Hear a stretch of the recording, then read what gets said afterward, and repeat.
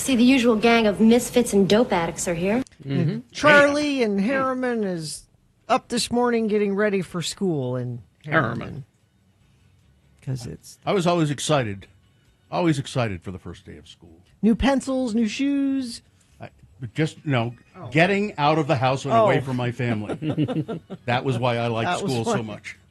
And I like to learn things. Yeah. But it was mainly those were the hours that I didn't have to spend with my family. And we won't go into the details of that.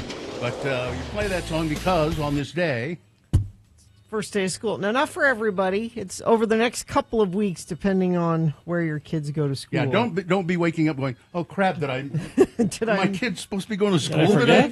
Oh my! It's Mohammed's first day of his senior year. The prophet? No, my son. My son. Well, okay, so he's a senior. Means he's like 17, 18? 17. 17, yeah. So he's my last. Practically an adult. He's my last Well, as far child. as you know. As far as I know? Yeah. I might have other children I don't know about. You could, no, I mean, you could certainly, I know you can't physically have another child. I could adopt. Yeah, but you could adopt. There might be some, like you adopted that dog. I could, yeah, I suppose I could. I will not, but I suppose it's possible. Uh-huh. Okay. But for those of you who may be new to the Radio from Hell show, it's possible there are new people. No. It's possible. Yeah. I have had this job for longer than my children have been alive, which means I am never there to see them off to school in the morning with a kiss on the forehead and you mean have like a every good morning? day. That would just get really old. I've not been able to do that their entire life. Here's how my mother saw me off to school. She would call out to me from the bedroom where she was still in bed, I think there's cereal in the cabinet. I think there is. If not, you're on your own. Yep. But so every year on the first day of school, I duck out of here for a few minutes and go home. It used to be for like half a day or something. Well, when they were when they were little, like elementary school, I'd go home for longer. As they've gotten older, it's just more symbolic than me actually helping them get ready to get out. Thanks for your symbolism, taking you away from the work that we need to do here. It's important for me to be there for them on that day. Actually, it's probably more for me than it is for them. I'm sure because my guess is that if I were 17 and my mom was going to go to school with me, I'd be going, Mom. Well, my kids like me. That's the difference. Gina, that's what they tell you. That's what even the most well-behaved kids will tell their parents. We like you. But really, deep down inside, there's a fostering resentment. And to be fair, I'm not taking him to school. What, are you dropping him off a block away? No. So he is on student council. Oh.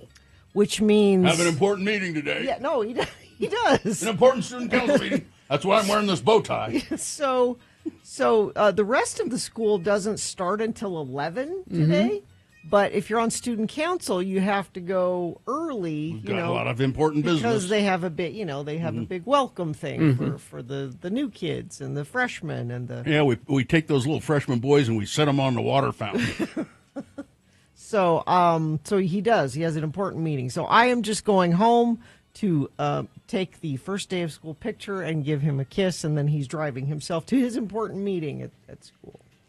Is he going to be wearing a tie? Tell him to wear a tie. I don't know if he's wearing a tie. I think he has a special sweater, like a. It's my council sweater. Yeah, I think that's what he has. V-neck. Now we're talking about the Prophet Muhammad. No, my son. Oh, okay. Not the Prophet. I don't want you going to school with the Prophet and embarrassing him. Well, Ryan in Tokerville says today is also my youngest child's last first day of high school. Sad happy emoji. It is weird. We are about to, meaning me and my husband, are about to enter a new phase in our life. Like, you raise your kids and raise your kids and raise your kids, and then And then they're gone. And No, they're not. What's that like, Bill? No, they're not. Oh. They're not at all. As a matter of fact, they have friends that move in with them. Oh, really? Oh, yeah. Is that a new development? No, not new. Oh. Not that new. But if you have a girlfriend, Oh. It's just, it's the way things are. No, they're never moving out. Are you No? kidding me? No. Why would they? I don't There's see- cereal in the cupboard. That's Why- exactly. You They got to don't- quit buying the cereal. They don't even have to ask. They just know there's food There there. you go. For those wondering, it's The Hives Oh, yeah. was the band. That's a really cool song. Fall is just something that grown-ups invented. One of the hives, they're still around, right? Sure, yeah. Yeah, they just, I wonder why they don't sock through with some more stuff.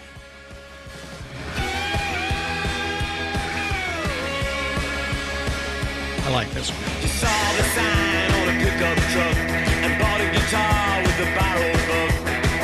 And you did it. And you did it. They liked your song, they were hot for you. You got the job, there was work to do. And you did it. Can you dig it? But waiting, there was someone waiting for you. They're going to be at the Union Events Center on, Yeah. on September 13th. There you All go. around. Good band. It's a good band to sing along with because you can just sort of shout the lyrics. Your early morning wake-up call.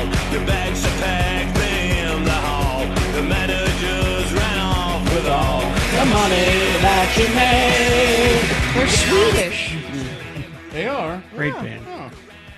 So their first language is not English. I'm guessing not. This is the one we played regularly.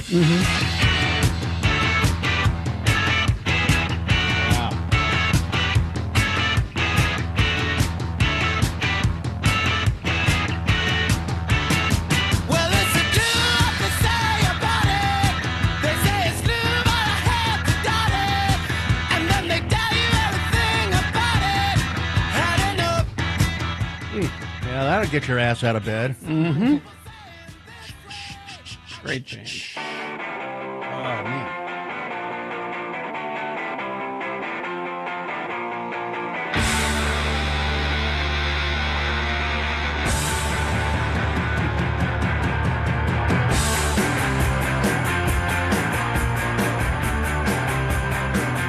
My dream double bill Oh, The yeah? Kinks would and the be Hives? the Hives and the Strokes. Oh, yeah. That would be a nice loud Yeah. This sounds a little like a Kinks song at the beginning.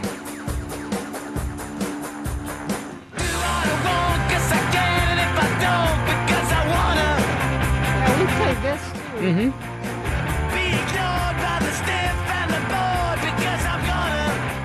Well, I hope this is your first day back as you go back to school because you should be up now with that music. Yes. We've heard a couple of people text in. Go ahead and text us if it's your first day of school or call and check in That's as you're better. getting ready for school. 877-602-9696. That's the number to call and check in with the Radio from Hell show. Tell us, is today your first day of school or is it coming up soon? What do you accompany your children to school for the first day?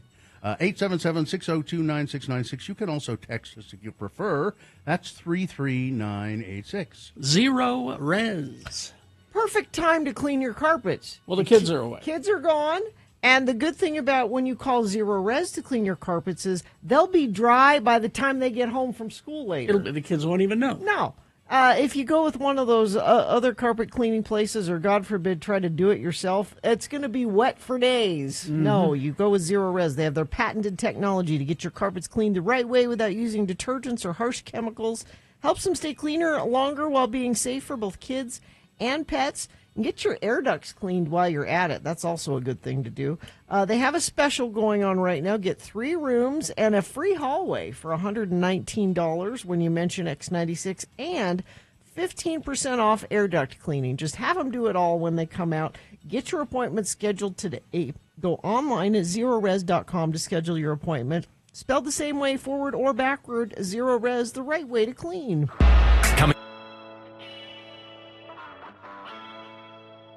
I brought this in, Gina, in case you need it. Well, in case I need it. It's a blood pressure. It's a blood pressure cuff. Oh. You want to take your blood pressure? So yesterday, I started a blood pressure medication. Which one? Ooh. Oh, that's a good one. She's having a please. stroke. That's why It's news. It's It's new. It's Lisinopril. Lisinopril. Okay. I'm taking my blood pressure right now. And it worked when I took my blood pressure this morning. It was lower, so I think I'm good. Damn, this cuff is acting up. But my doctor wants me to come in a week and check it, and she wants me to have a fasting blood test, which I hate. What's a fasting blood? You just have to Can't fast. you have to fast before you have the blood test? So, Really? Yeah. Oh. You can't even have like. So you don't eat any dinner, and then when you get off work, you go have your blood test. Oh. So You can't Gina have will like. have to go almost 12 hours without eating. I can't even have like coffee with my vanilla latte. I could have black coffee, but I don't drink that. I'm 132 over 67, and my pulse is 52. That's not too bad. No, that's not too bad. That's because So I should we take off. check mine? Sure. You know how to work these? You just put it. You have to hold your wrist like that. So, and then just hit start. Okay. So put it on but you have to keep your arm in line with your. This is really fascinating radio. I was going to say, we got use our word of the day here. Well, it'll take a second. Okay. Well, what are the results? Gina's blood pressure was 162 over 100. Not good. Do we need to call an ambulance? That's terrible. I only had one pill. One pill's not going to fix it. I would say you need to throw that medication away and get something new. So I've only taken one pill. 162 over 100. Uh-huh. You're only taking one? Yeah.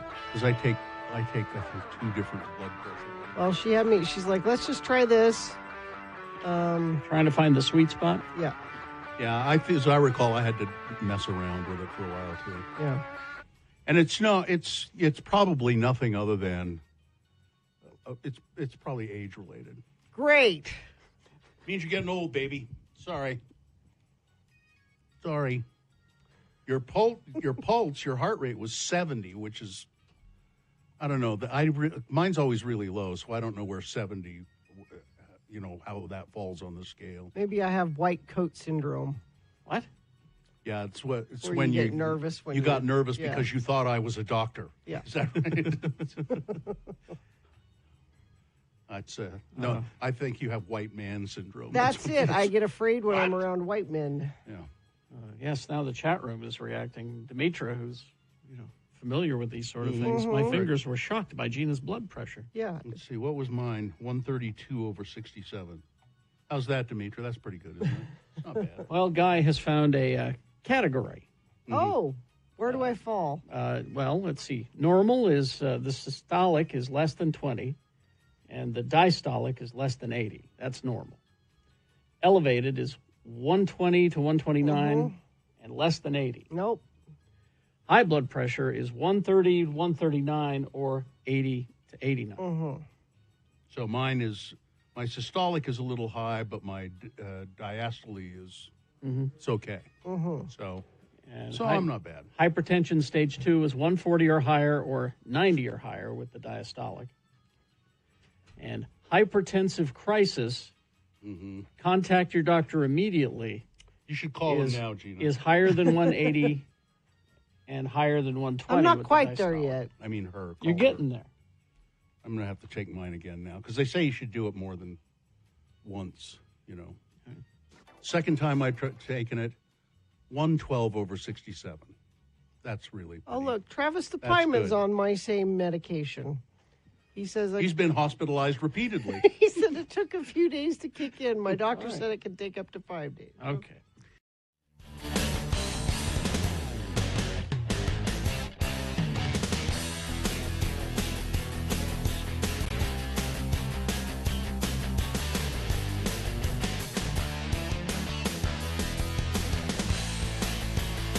at 33986. All right, 6:20. Let's get this over with. You betcha. Check-ins, huh? How about that? Sure. Use the telephone, 877-602-9696. What have you got to say for yourself, huh? Huh? Call us, 877-602-9696. You can also text us, 33980. Gina, sponsor? Quench your advertising thirst with customized water bottles from Water Specialties, Inc., your high-quality, personalized logo printed on every bottle filled with purified or natural spring water. It's the perfect way to advertise your business or event. Get a quote by emailing Megan at waterspecialties.net. The moon is 94.2% of full. It's now on the wane, looking mighty nice in the sky this morning. I believe you still have a chance to see it. It says here that the moon will set at 9:08 a.m., so it's probably hanging down there low in the sky somewhere. And it'll set today. Oh, I did that, 9:08 a.m. Today being Monday, it's the 11th day of August in the year of our Lord Jesus Christ 2025. And it's Hip Hop Day. August 11th, 1973, DJ Kool Herc hosted a party in the Bronx with his sister. At that event, he used 2 turntables to extend the beat, letting dancers keep moving longer. And that's now marked as National Hip Hop Day. It's National Presidential Joke Day. Well, he is. Well, no, it's jokes that presidents have told. Would you like to hear a couple of examples? Sure. Jimmy Carter. My esteem in this country has gone up substantially. It's very nice now when people wave at me, they use all of their fingers. Okay. That's not bad. Yeah. George Bush. People say I'm indecisive, but I don't know about that. That's funny. Yeah. And he had a good way of delivering things like that. Let's see. Bill Clinton. Being president is kind of like running a cemetery. You have a lot of people under you, but nobody's listening. Yeah, that was written for him. That was written. That's not good. Yeah. I don't like that. So there you go. It's Presidential Joke Day, and it's also Elvis Week. Elvis died in August of 1977. Oh, that's right. So this is Elvis Week. On the toilet. And this is an all-new edition of the show for people who feel like hell in the morning. It's the Radio from Hell show, starring the Lords of Morning Radio, Kerry Jackson. I'm Bill Allred. That's Gina Barberi over there. Katie for short is our producer, and helping out in the studio wearing a really loud T-shirt. It was so loud I couldn't even apprehend what it was saying. It's just It was yelling at it you? was very colorful. It's Dawson, and we also have the dog in there. Vax is there's There. Vax. Catch the ball, Vax. There he goes. He's staring at the camera, There we and go. there. Yep. All right. That's Dawson's job. He doesn't do anything for the rest of the day. He's in there till 10 o'clock, but that's all Dawson does. All right, let's begin. Rob is here. Rob, good morning. Oh, Rob. Oh, good morning. Good morning. Hi, what's up? I just wanted to tell my wife to have a super great day and to do it, lady. Okay, well, she's not here. She's not She's here. on the phone. She's always listening, I guarantee. Oh, Angie. So Angie is probably listening. Is that you said her name was Angie? yeah. Yeah, Angie. Yep. I always liked that name. It's a good Rolling Stones song. Oh, yeah. Hell yeah. Hell yeah. Hell yeah. Rob, where are you at work? What are you doing? I'm going to work. And Angie is... In Ogden, I just built some cabinets. That's what I do. Oh, that's a good job. Cabinet building. That's good. And Angie, she work as well? Is she going to work? Oh, yeah. Mm-hmm. She's going to do her thing. She does it, the medical thing. I'm not exactly sure exactly what it is. She's smarter than you, isn't she? She's a neurosurgeon. Yeah. No, yeah, that'd be sweet. Yeah. But she is smarter than you, isn't she, Rob? Oh, for sure. Yeah. How long have you guys been married? Let's see, carry the two. Too long. No, like 17 or 18 years. Oh. That's Well, you're a good husband for giving her a shout-out in the morning. Well done, Rob. Thanks, Rob. Well, thank you. You guys have a great day. You too. Hi, Rob. See, Rob called 877-602-9696. That's a perfectly acceptable way to check in with the Radio from Hell show. The Trump joke. Mexico will pay for the wall. That's Now, bus driver Troy checking in. Kelly and the Shih Tzus from Centerville checking in. Quinn the barber, Mrs. Coles, and Bear present and accounted for on this beautiful Monday morning. Thanks for letting us listen. Let's see. Somebody says school starts today in Florida, too. They have schools in Florida? They do. You could have fooled me. Good morning. Jocelyn of Sandy checking in, getting ready for work. Mike in Nashville checking in. Mixer driver Shane checking in from Vineyard.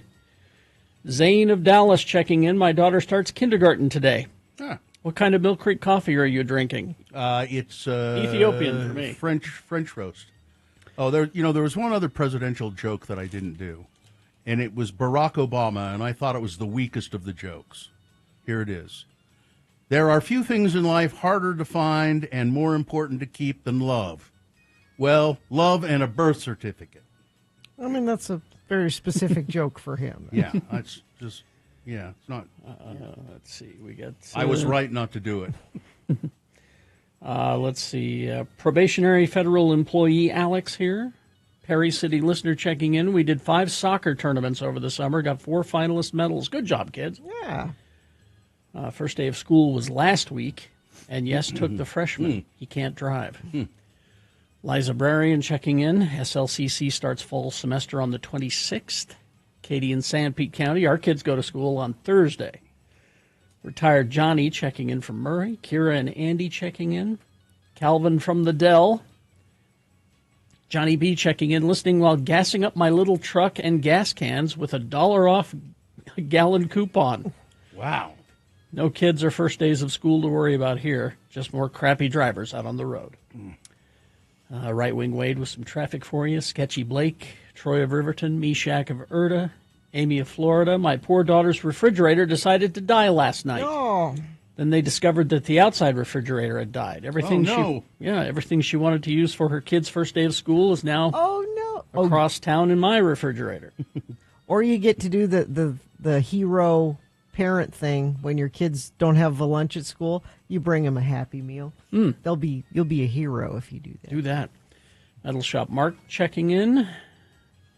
Continuing the tradition of ignoring my children on their first day of school. Geez. Good for you. Tristan from the most west of Jordans. A.R. Gumby checking in. There's cereal in the cabinet. Gumby's on his way to run his bus route. Mark stops and get ready for first day Wednesday. Zoology teacher Vanessa. Housekeeper Maria. Tim the Tree Guy. Luis of Harrisburg, PA. Moni from Taylorsville. Let's begin. Okay.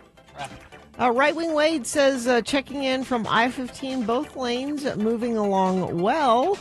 I do have some stuff from UDOT, though. Crash I-15 southbound 106 South intersection in Sandy on the left shoulder. Highway Patrol not on the scene yet. Traffic slow from 90 south. Multi-vehicle crash northbound I-15 21st Street in Ogden. Vehicles are blocking the right and left shoulders, and all traffic is stopped while Highway Patrol is moving the cars on the left side of the freeway to the right side of the freeway. If you see something, you can share it with us. 33986.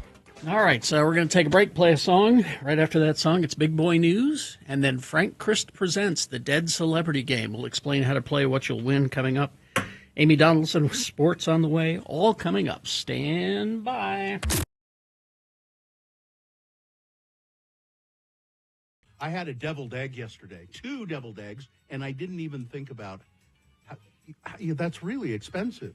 What do you mean that's expensive? Well, I mean, eggs are expensive. Oh. And I wasn't going to say anything. You're eating like a king, then, is what you're saying. I went to talk to these people.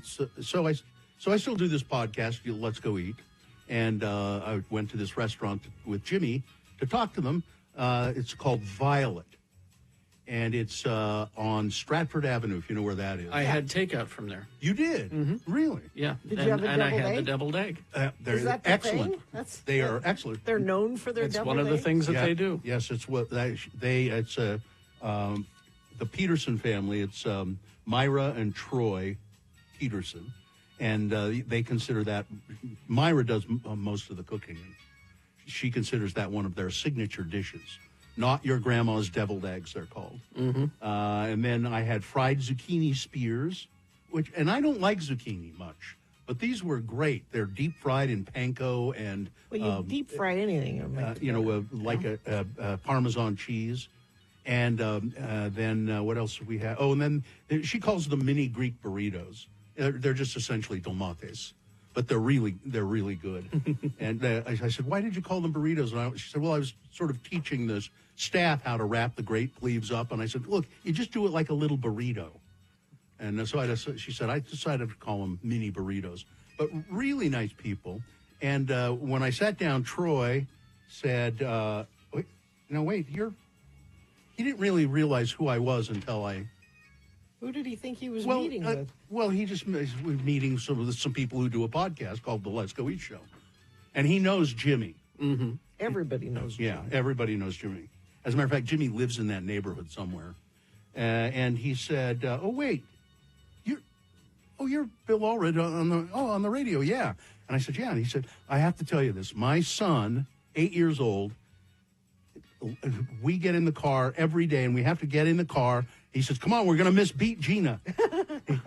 My 8-year-old son, when I drive him to school, just absolutely loves. Play. Yeah, call and play. Well, I told him, I said, if you want to bring it, I think he said his son's name was Ren. How old is he? 8. 8. And what grade is that? I don't know. Fourth grade? Third grade? Yeah, third or fourth grade probably. Because the questions tomorrow are you smarter than a fifth grader? Perfect questions. But I told him, I said, if you want to do something really special for him, you can bring him to the studio if you want. Sure. When Beat Gina is being played sometime, and we'll. That would be fun. But they're really nice people, and you should. How did you find out about them? I had never heard of them. I don't recall. Sue just ordered some takeout. Yeah, they do takeout. It's a really quaint little place. It's Stratford Avenue. You know where it is. You know that. It's been a bunch of different restaurants. It used to be a proper restaurant. Was there? It was Stratford proper. They've been there for about a year. Violet, and they're just they're exceptionally nice, and it's just got a great atmosphere. It's like you can tell it's a place where a lot of people sort of get to know each other at the restaurant. It's sort of place where you sit down and you're eating and you end up talking to somebody at another table. Says the guy who's eating eggs like they're just everywhere. I hadn't had a deviled egg in so long. But they do all kinds of stuff. They have wine and they have beer and, they do lunch and dinner and then brunch on Sunday. How much are eggs now? I think you can still get. Somebody was saying you can still get Oakdale eggs, the eggs, the local ones for $5 maybe. Is it Oakdale or Oakdell? Oakdell. Yeah, Oakdell. It's tempting because of the Utah accent. It is. Is it D-E-L-L? If you see Dale, people say Dell here, but it is Dell. It is in fact D-E-L-L. Yeah. That's funny. I never thought of that. I think I've always called them Oakdale, but it's not. It's Oakdale. Anyway, so I've got to go back. I want to try a meatloaf sandwich. Oh, yeah. We're working through the beef.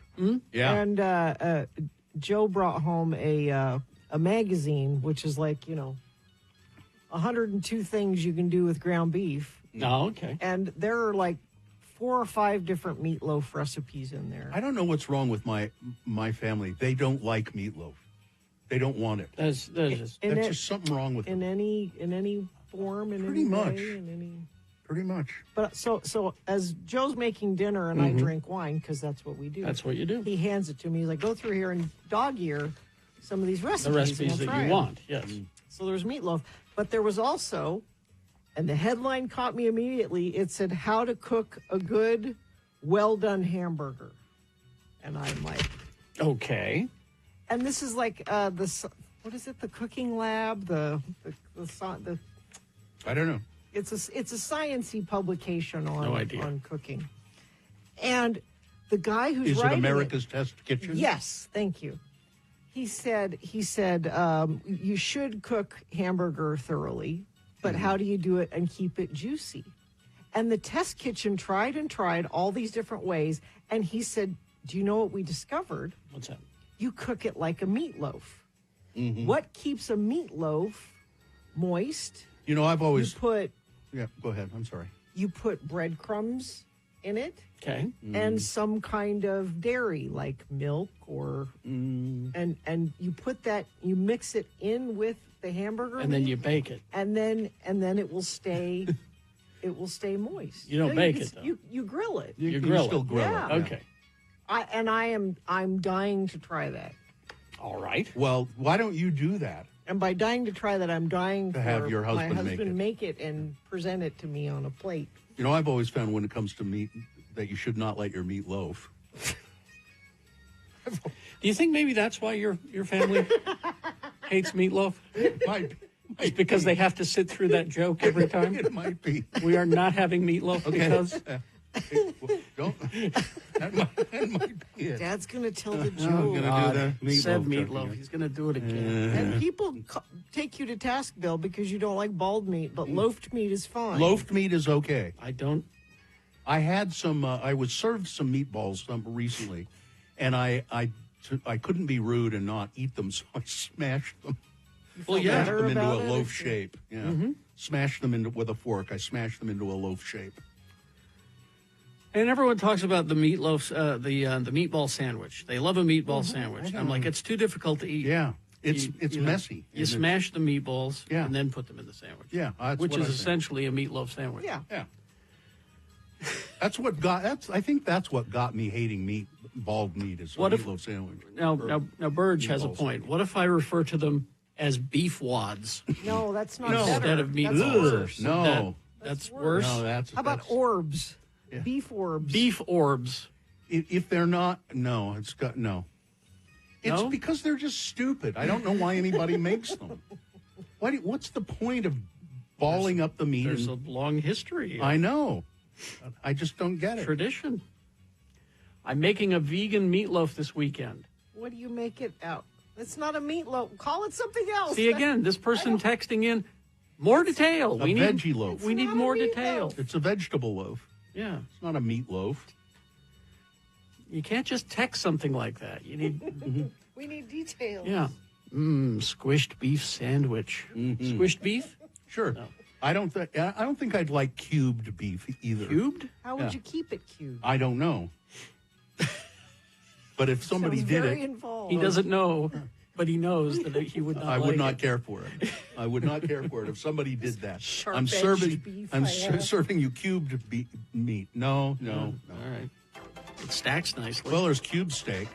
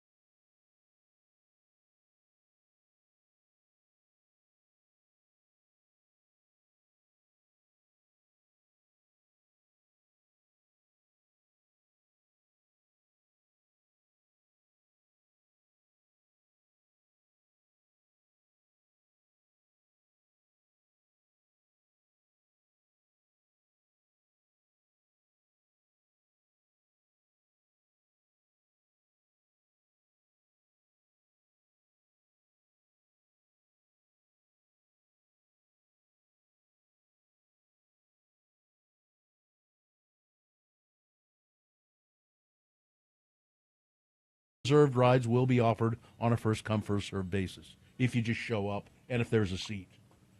Snowbird has urged Oktoberfest visitors not to drink and drive. However, for those who choose to drive to the event, parking options will be available. So there have been some problems in the past with people getting a snootful and then driving down Little Cottonwood Canyon. And I wouldn't want to drive that one. Yeah.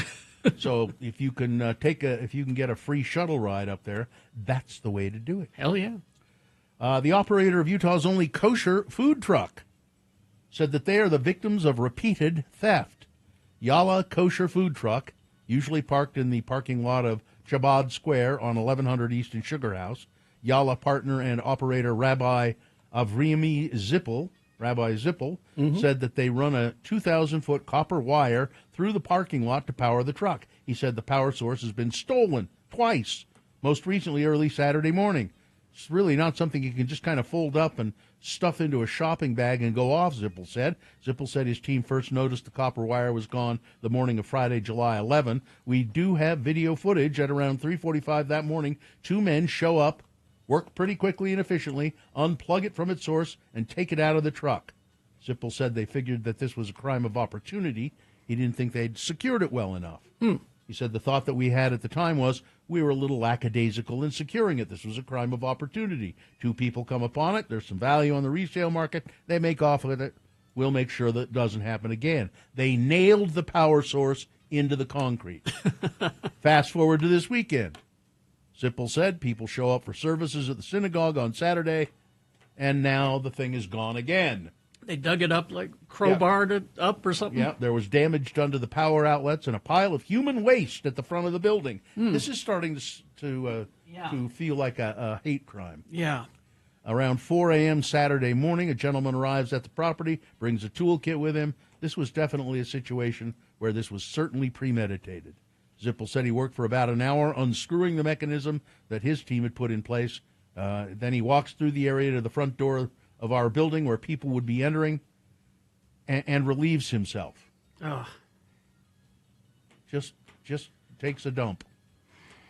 It feels personal, said Rabbi Zippel. Yeah. I would say so. And I think that it certainly is worthy of hate crime status. Certainly. Maybe time for some security cameras. Well, they've got them. They got them. Yeah, I mean that's how they can see. That's how they managed to, relay all of that information. They saw it on security cameras. The women whom Jeffrey Epstein abused demand to be heard, and their voices, long suppressed, but now emerging powerfully and with courage, could further fuel the maelstrom around Donald Trump and around aides who dig the scandal deeper each time they try to end it. Yep. These are women who've been let down for years at multiple levels by a government that was supposed to keep them safe. Their families are victims, too, since abuse sows trauma throughout generations. And it's happening again as the Trump administration refuses to release files about Epstein's life, which several of its members have promised to make public.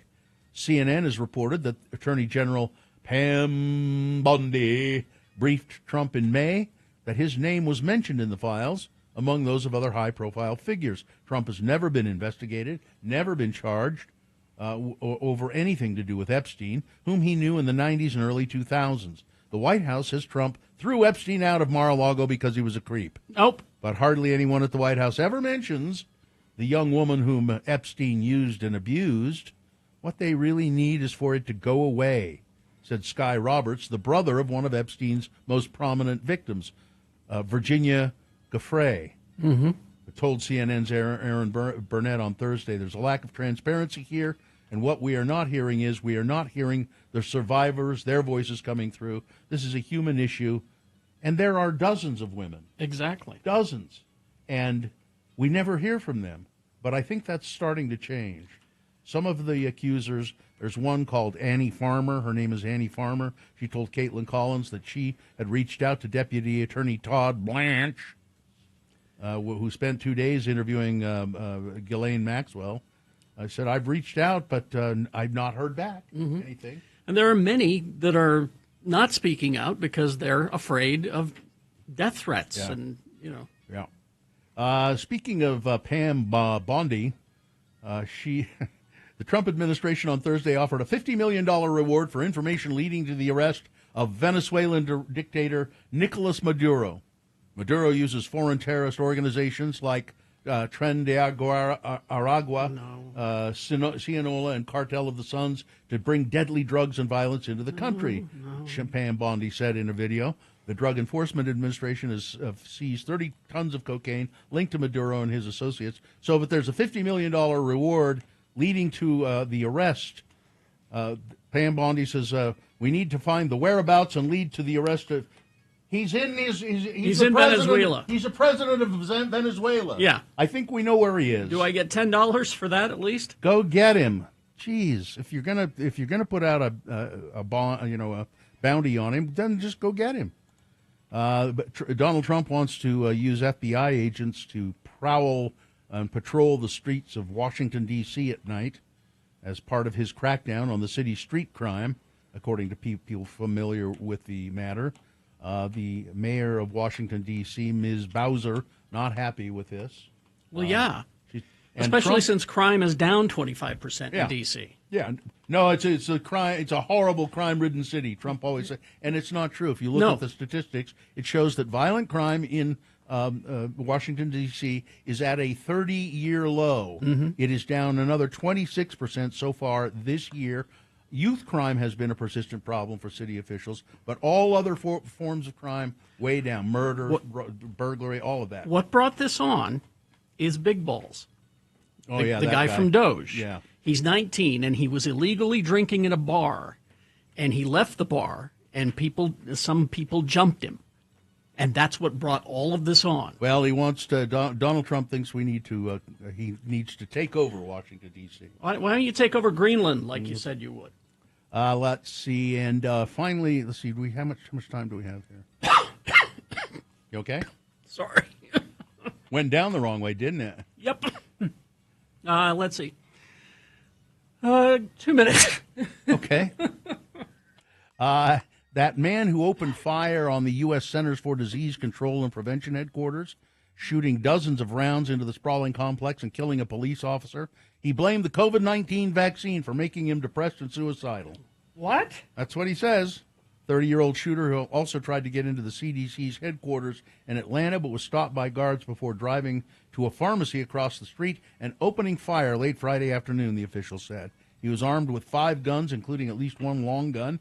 But fortunately, there was one death, a police officer, and I don't think there were really many injuries because he was just firing indiscriminately into the building. And he's blaming the vaccine. COVID vaccine. And do you know what Labubus are? They're little dolls. Yeah, little. It's the new Beanie Babies. Are they Yeah, they're collectibles. Or like Cabbage Patch Kids? Yeah. So apparently thieves ransacked a store, and the owner is sure that it was the Labubus that caused it. These creepy, cute, toothy rodent-human chimeras have become... Yeah, x96.com/live. They've become super present in Los Angeles shopping areas for sale in gas stations, convenience markets, and tourist traps. The Labubus have certainly hit the big time now with crime. Somebody stole, how many was it? Several hundred Labubus from a store. I guess they think they're really valuable. They're not. They're not. And they're not going to become more valuable either. No. Watch the Beanie Baby documentary and you will see. 877-602-9696. We need a contestant to play Frank Christ Presents. What is the prize again, Katie? The prize is Passion Pit tickets with Rain Weaver, over on September 29th at the complex. All right. 877-602-9696 is the number to call. Weather, traffic. Weather brought to you by business owners. Do you owe $15,000 or more in unemployment taxes and don't know what to do? McClure and Stewart are your local trusted tax attorneys. Go to McClureandStewart.com today. Weather, we're sitting at about 63 right now. I think it's going to be a high of, now an ad just popped up. I don't have access to Gina's computer right now. I believe it's going to be a high of close to 90, 91 today. Yes. About 91 today and about a 65 later tonight. It's a little cooler at night. That's been nice. It's going to be 99 on Wednesday. It was 63 when I was driving here this morning and I got cold. But it's going to be all sunny as of right now. There's no clouds to be seen. For traffic, looks like UDOT had a northbound US 89 crash at milepost 131 in Garfield County. That is should be cleared up soon. There was a northbound I-15 crash over on the 21st Street in Ogden. That should be cleared up about 7 o'clock. Crash southbound I-15 at 106 South in Salt Lake. The left shoulder is closed to go around on the right-hand side. That should be cleared up at about 7:45. Looks like there's another eastbound crash, SR201, 3200 West. The right shoulder is closed there. And along another, and just a minute ago, northbound I-15 at 139 South. The right shoulder is closed over there as well. So there's a few crashes already out there. So slow down if you can, I guess, if that's kind of where things are going right now. That's traffic. Oh, we have a sponsor. We for Frank do have Chris, a sponsor. don't we? It's I'm so Spooks excited. Boutique, the go-to destination for oddities, curiosities, antiques, and collectibles, provided by a community of local artists for over 13 years. Located at 3453 State Street, Spooks Boutique is where Halloween is not a holiday, it's a lifestyle. They have all kinds of odd things in there. It's great. Oh, I'm there a lot. How are you? You don't see me, but I'm there. Frank Christ is who you're hearing right now. Frank Christ is the Grim Reaper. His specialty, his curse, is having to reap the souls of dead celebrities. When a celebrity dies, Frank is called to the scene. Frank, and you make sure that they're dead. And by that, I don't mean Oh, no. you don't hasten their No. death. If there's still just a little life there, you have to wait, right? I do. I do. That's the policy. Yes. Then Frank takes the soul or the essence or whatever you would call it of the celebrity and whisks them away to the distribution center. Been a lot of discussion about what to call it, soul or spirit. Essence or I prefer essence. essence. Yes. Frank is, as you might expect a reaper to be, he is a skeleton, a skeletal figure, wearing the robe, carrying the scythe. He has updated, though, instead of a horse, he has an electric scooter, which is... Well, I care for the environment. I know you do. And you don't like horses. I don't know. Unpredictable beasts. The air that our precious celebrities breathe must be clean. Frank is here to play the game we call Frank Chris They're Presents. fine. They're just fine. This is a macabre game in which a contestant is charged with identifying a dead celebrity. And do we have a contestant? Charlie is here. Charlie, good morning. How are you? Good morning. I'm fine, just fine. You? Yeah, I'm fine. I'm just Thank you, fine. Charlie. That's good to know that you're fine and just fine. Charlie, if you can identify this dead celebrity in the list that Frank has given me, you will win tickets to Passion Pit. So, All right. okay. Now, because it's Elvis week, Frank gave me a list of actors in Elvis Presley movies. All right? Identify the dead one, you win. Here we go. Number one is Gary Lockwood. Lockwood, well known for two roles specifically, Frank Poole in 2001 A Space Odyssey and Lieutenant Gary Mitchell in the second pilot episode of Star Trek, Where No Man Has Gone Before. He appeared in two Elvis movies, Wild in the Country and It Happened at the World's Fair. Number one, Gary Lockwood. Number two is Pat Priest, born in Bountiful, Utah, best known as the second actor to play Marilyn on The Munsters. She guested in a lot of TV shows like Bewitched, Perry Mason. Her movie work includes The Incredible Two-Headed Transplant. Oh, and her mother was Secretary of the Treasury at one time, Ivy Baker Priest. Number two, her Elvis movie, she was in Easy Come, Easy Go. Number two is Pat Priest. Number three, Steve Forrest. He was Lieutenant Hondo Harrelson on the hit show SWAT. He also gave a memorable performance in Mommy Dearest, and he was in The Longest Day and North Dallas 40. His Elvis Presley movie, Flaming Star. And finally, number four, Deborah Paget, probably best known for her role in The Ten Commandments. She was in many Western-themed movies, too, like Broken Arrow and The Last Hunt. She appeared with Elvis in Love Me Tender. Number four, Deborah Paget. Which one of those actors is dead, Charlie? Number one, Gary. Gary Lockwood? No, he's fine. He's 88 years old, but he's still around. Listen, I'll give you a second chance. We believe in second chances. Unlike Frank, I believe in second chances here. So listen carefully. Listen carefully. Is it Deborah Paget? Is it Pat Priest? Or is it Steve Forrest? Steve Forrest. Yeah, Steve Forrest. Hondo. Yes, Hondo. He died in 2013. He was 87 years old. Another, I thought maybe you'd go for number 4. Deborah Paget is 91. Do you have a bird with you there, Charlie? No. Okay. I don't believe you, Charlie. All right, Charlie, you won the tickets. Hang on. Charlie, hang on. He didn't have a bird with him. He was just making noises. Oh, mouth noises? Yes. It sounded like a bird. Well, I have to go check on Steve Wozniak. Oh, really? 75 today. He was Apple co-founder? Yeah, entrepreneur. Yeah. But actually, it's John Conley I'm worried about. He's a country singer. 79 today. Of course, he's always looked 79. For the past 50 years, he's looked 70. Goodbye, everybody. Goodbye. Goodbye, Frank. That's little bits of traffic that I have is mainly those crashes that came up earlier. New crash northbound I-15, milepost 21 at 9th South in Salt Lake. The doesn't tell me what side of the shoulder is taken up, but it's going to be cleared about 7:45.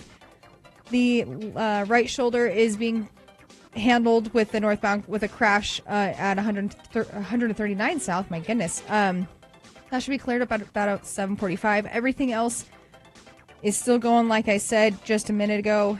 It looks like that extended cleanup from the eastbound SR201 crash at 3200 West.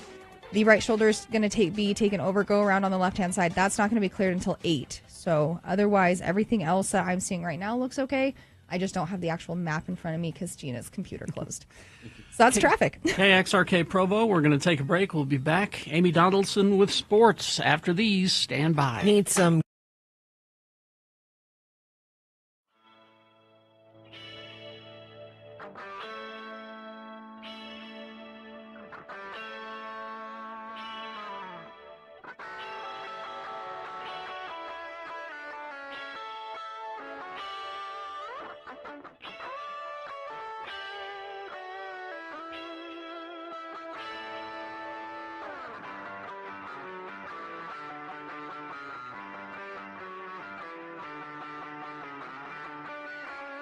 Radio from Hell with Carrie, Bill, and Gina. 96.3 FM, X96. I got caught in an embarrassing moment this morning. Oh, good. I can't wait to hear. Here at work. Already, I've been at work about an hour now, and already caught in an embarrassing moment. Are you saving it? No, I'll tell you right now. I came in the back door, as I always do. I kind of hope Chris is listening. I don't know Chris's last name. Mancow. Yeah, Chris Mancow. Sure. Yeah.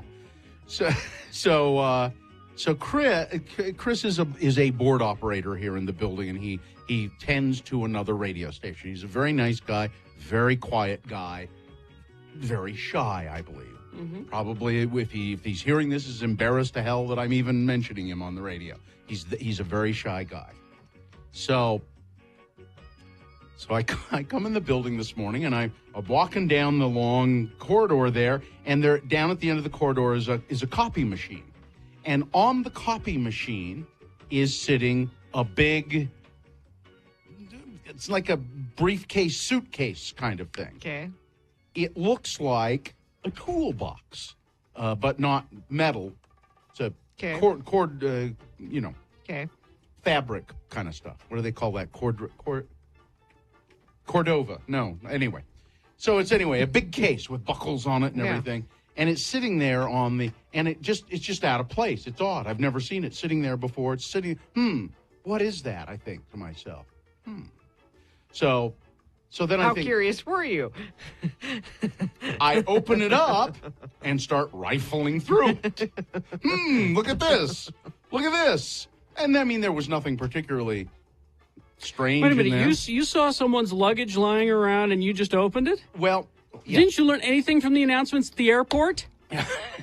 or anything from the Dick Van Dyke Show. God. But I and I thought in my mind, maybe the reason I opened it is I thought, I wonder if because it looks like one of those things that the copy guy brings with his tools in it. Okay. To repair the copier. But I start going through it, and it's obviously somebody's briefcase. It's got some CDs in there, library books. There's an orange. Yeah. I went through it pretty extensive. No, I didn't.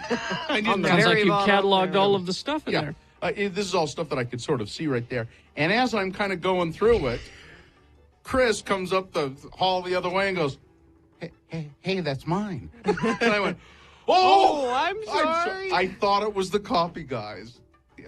Because if it was the copy guys, that would have been okay to go. Well, through. it was my duty to investigate as a junior TSA trainee. TSA, which really does mean to stand around.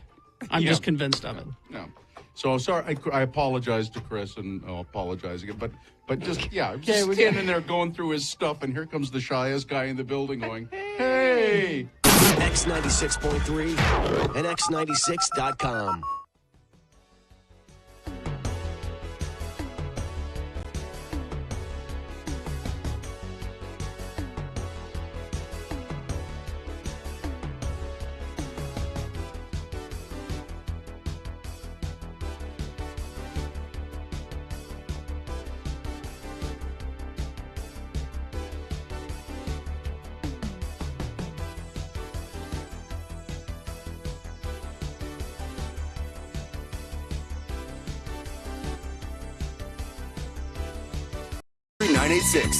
And Lucy in Sandy texted us in and said, "Katie, you forgot the sports." And I said, No, I didn't. We have Amy Donaldson. So Lucy and Sandy right now. All right. Here you go. Amy Donaldson with sports. Is this brought to you by anybody? Brought to you by Cascade Collision Repair, and Utah's leader in certified repairs. Get a free estimate online at cascadecollision.com or in person, including our newest location in West Valley. Amy Donaldson Sports. Break. Well, here she is, Amy Donaldson Sports. She's here to tell us what's going on in the sporting world. Amy is a sports reporter and a podcaster. You can hear her podcasts wherever fine podcasts are obtained. Making of a Moment and The Letter. Yes. And then another one coming out, but not till spring. Yep, you got it. And also, I am writing my column again for KSLSports.com. Oh, really? Yeah. Back so in the last sports, Wednesday was my first column back on the beat, and just wrote about the Fulmer brothers boxing gym, and they're finally have a permanent home and what they did to get it and what it means. Well, there aren't any more Fulmer brothers, though, are there? There are not the original three. Gene and Don and Jay have all passed away. Gene and Don, as far as I remember. Yeah, and Jay is actually the one most responsible for the gym staying afloat. But Don's kids have now sort of spearheaded the fundraising for the gym, and I think they're actually going to open up. They're actually, I think, in 2 weeks having an outdoor, like they used to have out in West Jordan, these outdoor boxing matches. That's where Gene and Don and Jay, rose. And Gene was middleweight champion of the world. Oh, the world. He was indeed. And Don came one fight away from being middleweight champion. Gene Fulmer, I watched boxing a lot when I was really young for some reason. And I was Gene Fulmer. I say, this guy knows how to. What he does is he blocks the punches with his face. Yeah, he can take a punch. Also, the thing I love about a lot of boxers of his era is that they didn't care about their records. They cared about taking fights. Now you'll hear like there's all this strategy and when you take a fight and you might not defend your title for like 2 years, right? That not back in the day. Like they would have a title fight and like 3 or 4 months later have another title Bring fight. him on. Yeah, I mean they were just, and I love that you're not really a champion if you're not willing to put it on the line idea, and which means you lose more than modern day.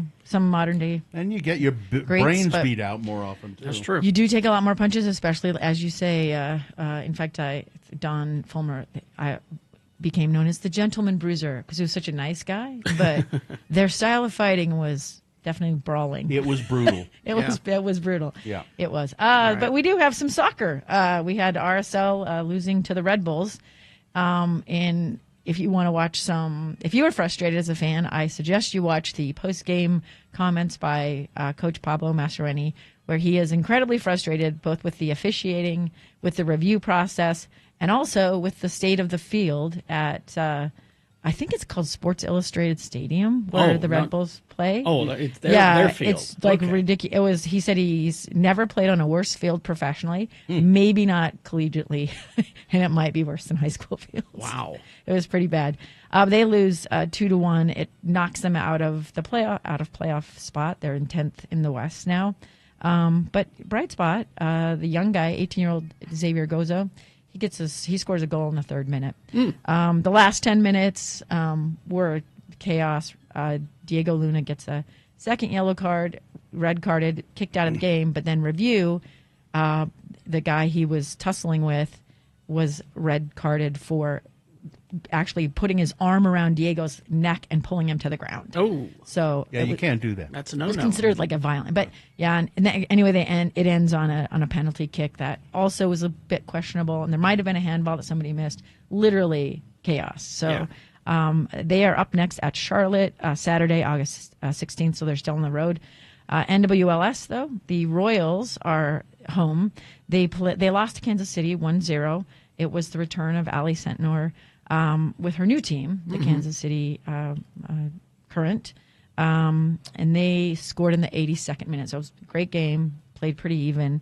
But Temwa Chowinga, she That's scored. easy for you to say. That is. She scored in the 82nd minute, so they win. And if you're interested, Brian Dunseth has a rant on KUTV's Talking Sports about how he doesn't know how the Royals will recover from losing Allie.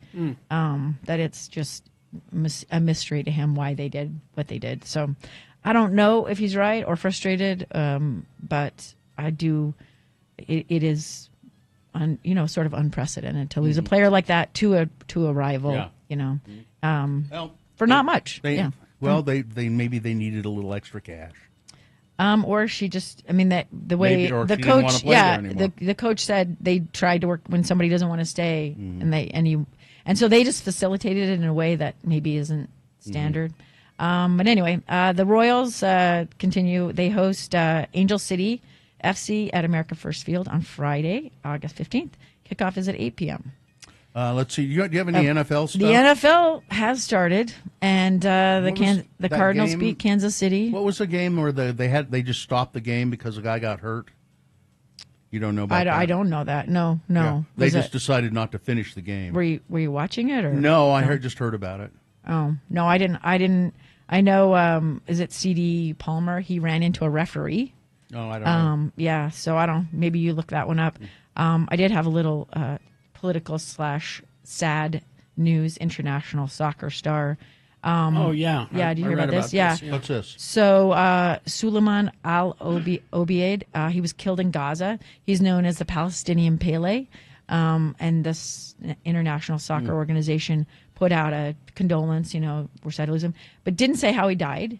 That he was there trying to get aid for food aid for his family. He was standing in line for food. And so soccer superstar, he's Egyptian Liverpool forward, highest profile Arab player in the game, criticized UEFA because they didn't say how he died, and basically said, we have to start like that. And I guess then they released the number of players who had been killed in Gaza, and it was sort of astounding. I think it was almost 200 players. Yeah, former players had been killed. So. But honestly, the Gaza thing is just an absolute tragedy in every way. And, I'm not sure what's going to happen there. So switching gears, though. I think Benjamin Netanyahu is going to totally take over Gaza. Yeah. Well, he said he's trying to take over Gaza City. Will. Yeah. Did you find that NFL game stopped? Okay. Lions-Falcons game is what you're talking about, Bill. And the player was down on the field, and they had to bring an ambulance out. But then I saw something. I guess he's going to be okay. But I don't know. They just decided not to finish the game. Yeah, the game was almost over, so they just ran out the clock. I know there's a purpose for the teams and the the league in holding the preseason. But the NFL preseason is the most worthless thing. It's unbearable unless you really care about some weird storyline tangent. Well, I mean, maybe some people like to see these players that they're thinking of starting or thinking of developing them, and but you can't really get in. To me, it's like watching 5 minutes of college football practice. You don't have any clue. There's no context, so you have no idea what it means, like how to judge it. Yeah. Like it's just, I don't know. I talked to my friend Rob on Saturday, and I said, "You even pay attention to the preseason?" He's like, "Oh yes, I'm all in." Oh, see, so Ed, you know how crazy Ed is about. Oh yeah, not even not a preseason guy, not even a nibble. Wow, yeah, interesting. So you will find him more likely watching a WNBA game, and he's not a huge basketball guy. So, but there is WNBA news. Yes. They've had that sex toy incident. I don't know if you've heard that people have been Yeah. throwing sex toys out. So they found out it's these cryptocurrency guys, but they're really just doing it because they know there's this attention on women's sports. And so they are trying to like make their own moment and get attention. And I thought, like, this is so peak American sports. Women can't have 2 seconds in the spotlight without men saying, what? Either wait, they don't deserve that, or hey, let's take advantage of that. Oh, let's take that for ourselves. Believe me. So I bring that up just because I thought it was just like, I couldn't really believe it. But there will, on the bright side, be girls flag football in Utah this fall. You can still register your girls. I think it's 8th grade through 12th through September 8th, I think. Oh. And they're going to be playing this fall. And remember that flag football, both for men and women, is an Olympic sport for 2028. Oh, that's right. So you should get into flag football. And didn't they start playing the Hall of Fame game, or not the Hall of Fame game, the All-Star game. The All-Star game. Whatever they call it, yeah. The NBA or the NFL All-Star game, that's flag football flag football, now. yeah. Yeah, that's pretty because why go do there and get hurt? Yeah. It's like those punches. Why take extra, right? Exactly. Thank you. AD on Sports. That's how you follow her on social media. Thank you. Oh, Gene Fulmer, he got his title from Sugar Ray Robinson. He lost his title to Dick Tiger. Yes. Here we go. Thank you. Traffic, please, Katie. Traffic, from what I'm looking at UDOT, and I just did another quick refresher, at least on their Twitter. Nothing new has come up since those last crashes that I was telling you about. They are still there, northbound I-215 at milepost 21, which is the 9th South in Salt Lake. It's not going to be cleared up until 7:45. Doesn't tell me what side that is on, though. The northbound I-15 at 139th South, that is still there, dealing on the right-hand side, so go around on the left shoulder. And then the eastbound SR201 at 3200 West, that crash is going to be there and not going to be cleaned up till closer to about 8 o'clock, so it's probably going to be one of the bad wreckage. The right shoulder's cleared there, or closed there, so go around on the left-hand side. But I'm not seeing anything new as of right now from UDOT, so that is your traffic. Thank you. We got boners coming up. Here are the candidates you will be voting for. Boner candidate number 1. Women are the people that people come out of. Boner candidate number 2. The Utah State School Board kicks things off with incredible remarks from member Christina Bogus. And boner candidate number 3. There's a new ice cream that people are really latching on to. Oh, no. Okay. We got some messages and a song, and then we'll get to boners and big boy news all coming up. Stand by. Stockton 12 Honda. Stockton 12 Honda, your neighborhood Honda dealer. Stockton 12, I can't say enough about. First of all, I just like the general manager a lot, Shane. He's a good guy. He's a good guy, and he runs a great dealership. People like working for him. A lot of his sales staff have been there for years and years and years. So right now, Stockton 12, they've been voted Salt Lake City's best import new car dealer of 2025. The all-new Honda 2026 Honda Passport is in. Stop by Stockton 12 Honda to check that out. There's a huge selection of new Hondas at Stockton 12, like the CR-V and the Pilot. I've owned. I have a CR-V right now, and I've owned a Pilot. Both great cars, and the CR-V now comes in a hybrid model, which I think is great news. So it's Stockton 12 Honda. They're in the Southtown Auto Mall in Sandy. You take the 106 South exit off of I-15. You turn south into the Southtown Auto Mall. Stockton 12 Honda.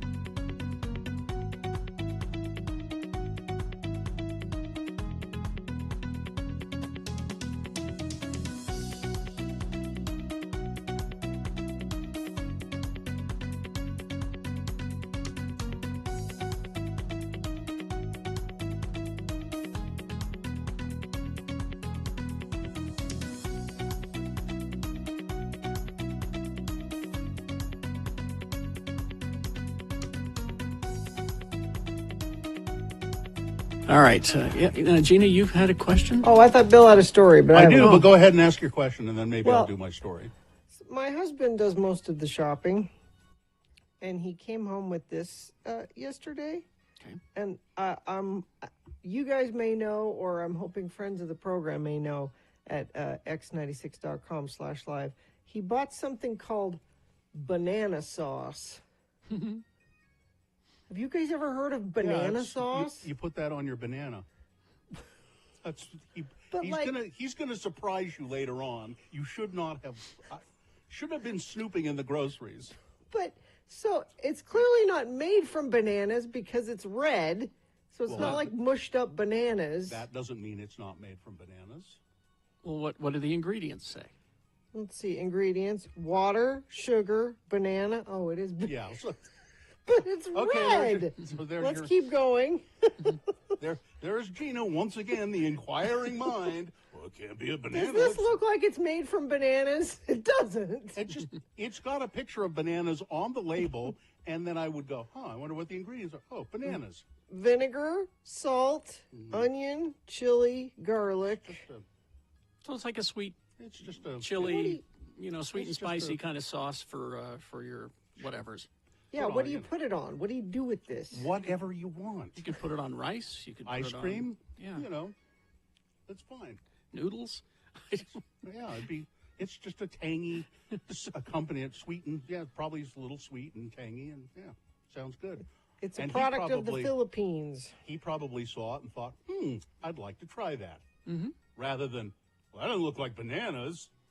So, you married a man with an inquiring mind so that you didn't have to have one. Yeah, I don't know that I will ever consume banana sauce. Here's an odd story for you.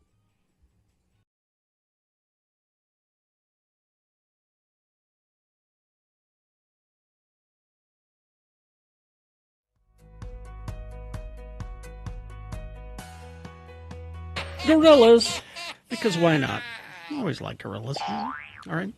Time now for Boner of the Day. 3 news stories. These are examples of bad, stupid, funny human behavior. You will decide with your vote of these 3 candidates which one is the worst, which one deserves to be Boner of the Day for today, August 11, 2025.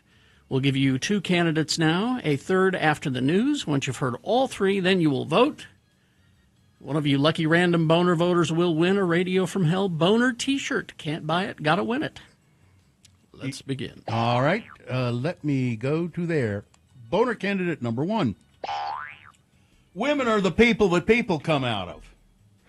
Defense Secretary Pete Hegseth has reposted a video that features the leader of the Christian evangelical movement he follows calling to make gay sex illegal. True. The segment from CNN focused on Doug Wilson, a co-founder of the Communion of the Reformed Evangelical Churches. In the late 70s and early 80s, sodomy was a felony in all 50 states, Pastor Wilson says. The America of that day was not a totalitarian hellhole.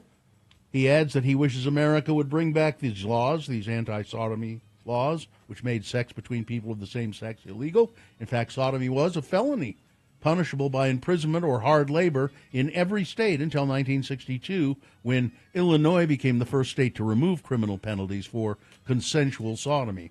The Supreme Court invalidated bans on gay sex in its 2003 ruling, Lawrence versus Texas. At other points in the video, Pastor Wilson says that some American slave owners were, quote, decent human beings, and suggested that women should focus on having and raising children. Women are the kind of people that people come out of, Wilson says. The video also features a female congregation member saying that she submits to her husband, and a pastor from the movement calling to repeal the 19th Amendment, which gave women the right to vote. All of Christ for all of life, Hegseth wrote alongside the clip. Yep. Hegseth Retweeted it with that. Yeah, oh yeah, and he's proud of it. Yep. When asked for comment, Chief Pentagon spokesman Sean Parnell told the Daily Beast that, quote, Hegseth is a proud member of a church associated with CREC and very much appreciates many of Mr. Wilson's writings and teachings. Boner candidate number 1. Women are the people that people come out of. Here's Boner candidate number 2. The state school board, ready, Yep. Kicks things off with incredible remarks from board member Christina Bogus. Now, a lot of this has to do with the board voting, the school board in their last meetings, I believe it was, to not do away with DEI stuff, to not, to just say we should leave it the way it is. Mm-hmm. And 4 members of the board, Bogus among them, said, no, we should really do away with the DEI stuff. And by not doing that, it's like we're giving the middle finger to the legislature, because the legislature said we should do it. And then she had some comments here in their August meeting. Yeah. They're crazy. Yeah, just listen to some of this. It's like 2 minutes, but listen, it's crazy. Communism is on the agenda. Fascism is on the agenda. Maoism is on the agenda. Authoritarianism, Marxism, Stalinism. Communism is always on the agenda. I know that this is the time where everybody says, oh, this is McCarthyism, Red Scare. Well, I don't know if you know this or not, but McCarthy was right. And if you're intellectually lazy, ChatGPT agrees with me. Oh, well. If you don't know who Ted Kaczynski is, he is the Unabomber. Mm-hmm. And despite the fact that he did morally reprehensible things, he wrote a manifesto that many called a work of genius. If you actually read his manifesto, he's warning about a technocratic state and the rise of communism. When we pretend that pornography for children is normal, we become accustomed to living in madness. When we pretend that schools should be about health care and mental health, we become accustomed to living in madness. I have to sit and contemplate with myself what God sees. And I don't know what causes some to be so fearful to walk as Jesus did and lead the way he led. Along the journey, he and his disciples were really great at making people angry. His apostles, too, were excellent at division. They were brutal at times, both in person and in writing, and one might call them divisive. For freedom and liberty to prevail, there must be division. There will be conflict. The Hebrew writer tells us in chapter 12, verses 14 and 15, that we are to be pursuers of peace, like a lion hunts down his prey. Yeah. And I would argue that we are cowards and that we need to own it. Okay. It seems that non-believers are more courageous in this day and age than those who claim the name of Jesus. And I would challenge us today that truth cannot be sacrificed at an altar. That's really enough. And just let's go back to just one thing she said there. That's where I just drop off immediately. Yeah. Normalizing and think that pornography for children is okay. Is there one person listening today who thinks that pornography for children is okay? No. She's teaching your kids. No, she's on the school board. She's not school a board, teacher. but she's approving all the stuff that your kids get taught or disapproving of. Boner candidate number 2. That woman. She's a loon. Coming up in a moment, boner candidate number 3. There's a new ice cream that people are really latching on to. Ooh. I didn't write that line. I just repeated it. All right, boner candidate number 3 coming up after this. Big boy news and opinioendo. 2-time Oscar winner Emma Thompson wasn't feeling anything near Love Actually when... Get it? Oh, yeah, I get it. When I read it, just in my mind, it didn't register, but then reading it out loud. Anyway, when Donald Trump apparently asked her out to dinner back in the day, the Howard's End Star said Saturday at the Locarno Film Festival that Trump called her in her trailer while she was filming the 1998 political movie Primary Colors. It was also the day her divorce from actor Kenneth Branagh was finalized. He said, "Hello, this is Donald Trump." I thought it was a joke and asked, "Well, how can I help you?" Maybe he needed directions from someone or something. And he said, "I'd love for you to come and stay at one of my beautiful places. Maybe we could have some dinner," she told the audience. And she said, I said, "Well, that's very sweet. Thank you so much. I'll get back to you." And, of course, she never did. She said, "I realized on that day my divorce decree, the final papers of my divorce had come through, and I thought, I bet he's got people looking for suitable people he could take out on his arm. A nice divorcee." It's true. He's got people looking for, she's a divorce. Oh, there we go. Oh, he did that all the time. Yeah. So I could have gone on a date with Donald Trump, and then I would have a real story to tell, she said. Let's see. That suspect in those Montana murders, bar shooting, they finally got him. Authorities located Michael Paul Brown following a week-long manhunt. according to Lewis and Clark County Sheriff Leo Dutton. Police said Mr. Brown entered the Owl Bar in Anaconda on August 1 and opened fire, killing 3 patrons and a bartender. The victims, and by the way, they don't know why he did this. Really? Yeah. He managed to evade capture for nearly a month, nearly a week, but they finally did get him. He's apparently faced some. His family says he's been facing some mental health challenges. So of course that's you go shoot people when you're having mental health problems. The Beulah fire is continuing to burn in Summit County up in the Uintas. Summit County's Beulah fire remained uncontained and continued to grow on Saturday, charring more acreage in the Uinta Mountains. The blazes prompted closures of the Uinta-Wasatch Cache National Forest for areas around the fire, which was first reported last Thursday. According to the incident management team spokesperson Toby Weed, it had grown to 1,425 acres by Friday evening.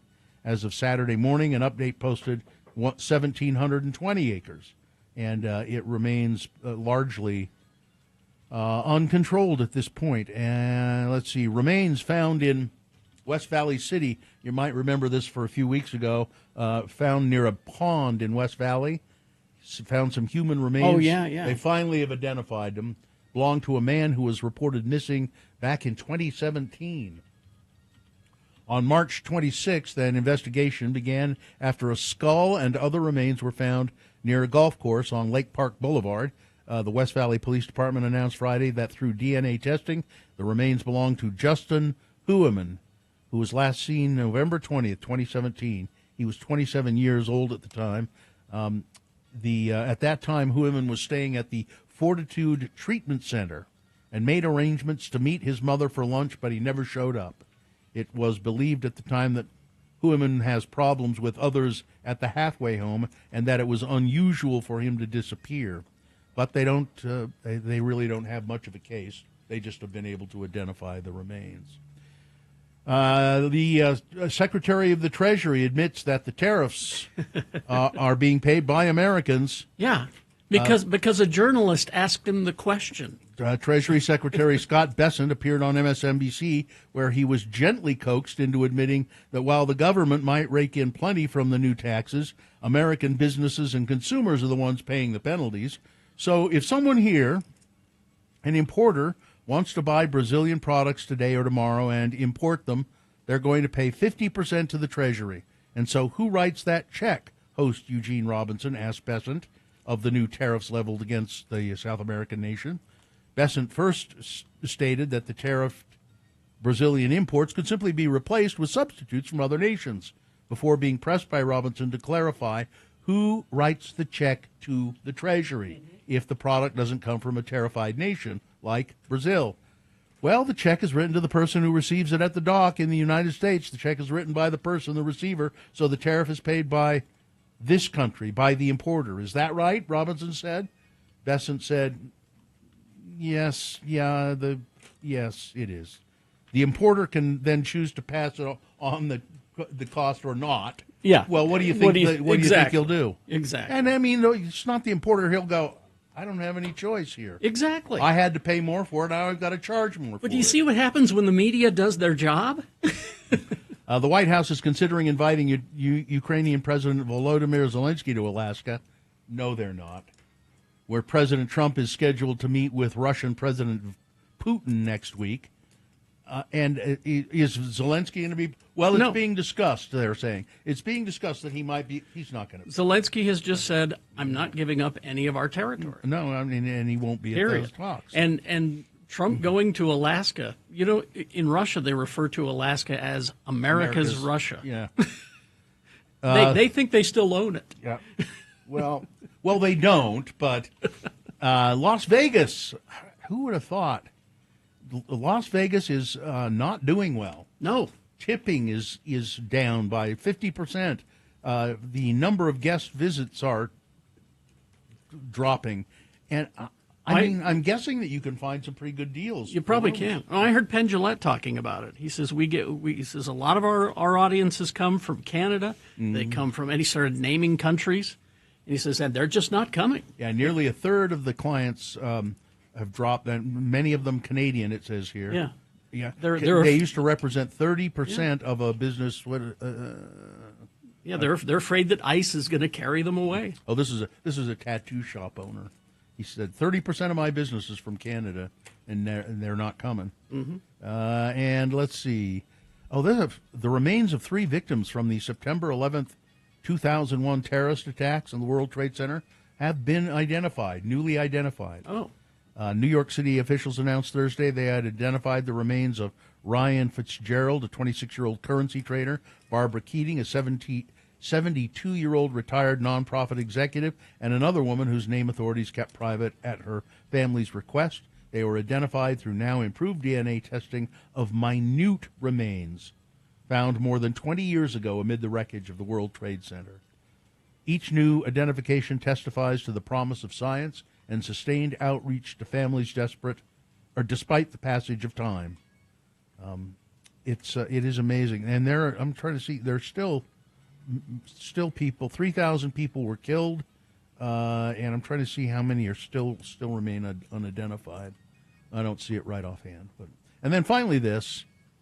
Scientists say they have solved the mystery of what killed more than 5 billion sea stars or starfish off the Pacific coast of North America in the past 10 years. Is it climate change? Who's that? Hi. Who's what? Oh, hi. Hi. Let's see. Starting in 2013, a mysterious starfish wasting disease sparked a mass die-off from Mexico to Alaska. The epidemic has devastated more than 20 species and continues today. It's quite gruesome, they say. The culprit? Bacteria that has also infected shellfish, according to a study published in the journal Nature, Ecology, and Evolution. The findings solve a long-standing question about a very serious disease in the ocean. Because of climate change. I don't. Warmer waters make things grow that couldn't grow before. True. Yeah, the water is warmer, and so the bacteria will grow. Mm-hmm. It also we're having warmer and more humid climate just in general. That means more ticks. So check your. By the way, I just every day. We should do a radio from hell tick check. Tick check. Yeah. With check-ins in the morning. We'll do tick check. All right. Weather, traffic. A little bit cooler today, 90 for a high, and you know it's climate change when we're saying 90 is cooler than it has been. I looked at the long-range forecast, though, 10 days out. Yeah. No rain. No, I mean, there's a chance Thursday and Friday, actually. What? This is the weather desk over here. Yeah. Let's see. Traffic, we have a crash northbound I-15, top of the on-ramp, University Avenue in Provo, blocking the right shoulder. Looks like that's about it. Let me see if anybody sent anything in via text at 33986. Somebody says a cyclist accident in West Valley, 35th and 56th. PD on the scene, 1 lane blocked. Thank you for sending that in. If you're seeing anything, please share it with us if it's safe for you to do that, and I will pass it along. Is your water tank older than 6 years? Notice any rust on the tank? These are 2 quick signs to call our friends at Larson HVAC and Plumbing. Get $200 off a standard water heater. Go to larsonhvac.com/X96. Thank you. Let's see. Boner candidate number 3. There's a new ice cream that people are really latching on to. It's this is kind of a hoax in a way. So I'll read it as the way it's written. A sweet shop is taking ice cream fans into its bosom this summer by offering a limited edition special flavor that tastes exactly like human breast milk. The boob-based taste has been pumping up sales at Brooklyn's Oddfellows as a dedicated crowd of New Yorkers have latched onto the idea of sweet treat based on mom's own recipe. I was breastfed by my mother from 1974 to about 1978. But that's 4 years. But I certainly don't remember that, so it still mentally surprised me, said Charlene Rimsa of Mammoth Lake, California, who stumbled into the shop on her way to catch the Rockaway-bound ferry. The breast milk ice cream is advertised to, quote, taste just like Mom used to make. Ha ha ha. Curiosity has been the main motivation for crowds flocking to the Water Street shop, but it's not real breast milk. No. It includes liposomal bovine colostrum, a dietary supplement found in breast milk. So it's not actually made with human breast milk. They just put that supplement that is found in breast milk into the ice cream. And it's stupid. Boner candidate number 3. There's a new ice cream that people are really latching on to. All right. Let's review the first 2 and vote. Boner candidate number 1 is women are the people that people come out of. This is Defense Secretary Pete Hegseth posting a video and commenting on it. He's proud of it.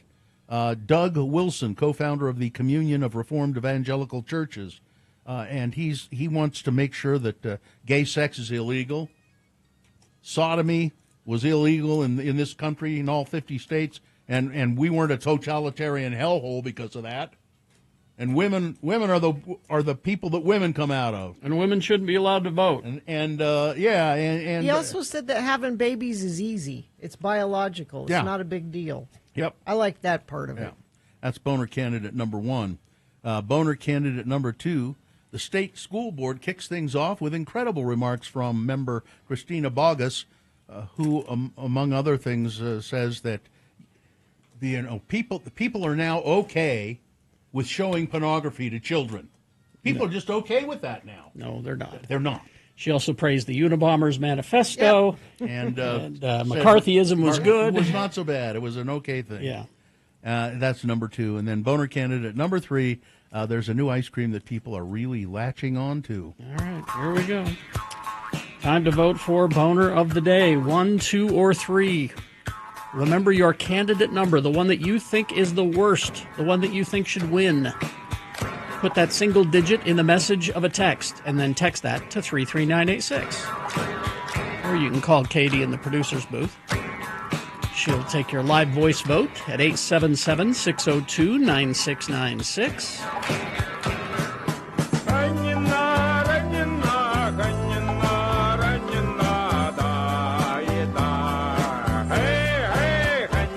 Or you can go online, x96.com.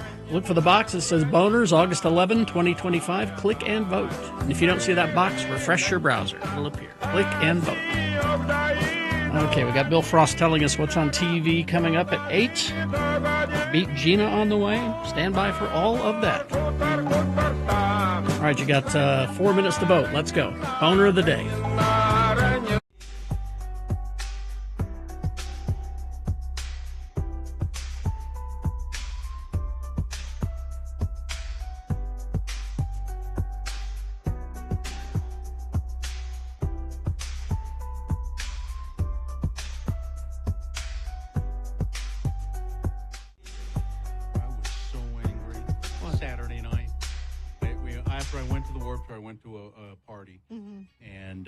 I think it was about 10 o'clock at night. I get home, and I'm out. I was out on the sidewalk. It's not important why. 10 o'clock, out on the sidewalk, and what do I see coming across the street? A raccoon, and there's a lot of traffic, and he's coming right toward my house. Yeah. And there's a lot of traffic, and the lights in the car, and a car honked, and the raccoon kind of, like this, and I thought, God, hit him! I was hoping the car had hit him, but it missed him. Yeah. And he came, and I'm standing 20 feet away from him. Yeah. And he came running, and he ran, and I started yelling at him, and he ran right up my tree, the one that's in my front yard. I have a gigantic, Bill treed a coon. A 50-foot tree. Yeah, I treed a coon. I was yelling, you son of a... Get back here! Bill lives where the red fern grows. I was just so mad, and he ran up the damn tree, and they're everywhere. God. I think they've declared war on you. I think they have. Coming to get you. It's like birds have declared war on my wife. Raccoons. No kidding. Declared war on you. He stopped and growled at the car. I swear to God he did. My road. Get away. Shake his fist. Road hog. A little birdie finger. One of his little bandit hands, Bird finger. Her hands are almost human, you know. They have them, you know. But ran right up the tree in front of my house. God, that made me mad. What are you going to do? Did your wife lock you out again? You sleep on the porch. Was it one of those? No. No? Oh, why I was on the Why you were out on the front porch? I was taking the night air. He's farting. Taking in the night air. He's out farting. Yeah. I'll be back in a while, honey. I gotta go take the night air. He's right, isn't he? No. Taking the night wind. No. That's what it is. No, I wasn't. There's a breeze. Let me just put it that way. Man, I live in the city. I don't You need shouldn't this have- no, crap. You have to move to the country to get away from the No coons. kidding. It just drives me crazy. I tell you, we haven't had any raccoon problems since Van's dog Chase killed one in the backyard, and ever since then they know they're gone. I believe that when I start trap, I should go home and set up a trap, and Yeah. because if I trap a couple of them, they kind of lay off for a while. Well, then that means you have to keep trapping them. I know. Got to send a message. I know. I got the trap there. I just haven't.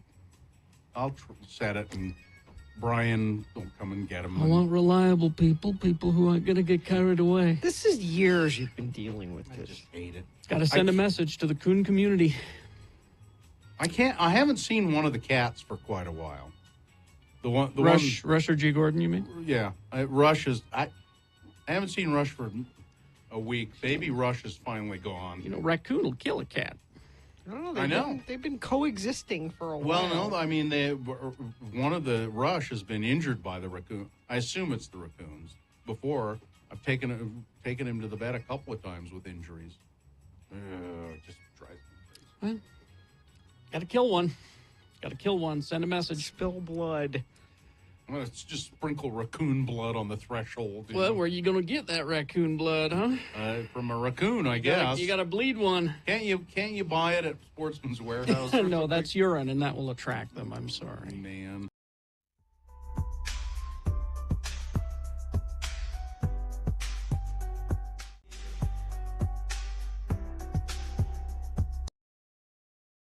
Boner of the day. And the boner of the day is brought to you in part by porchetta.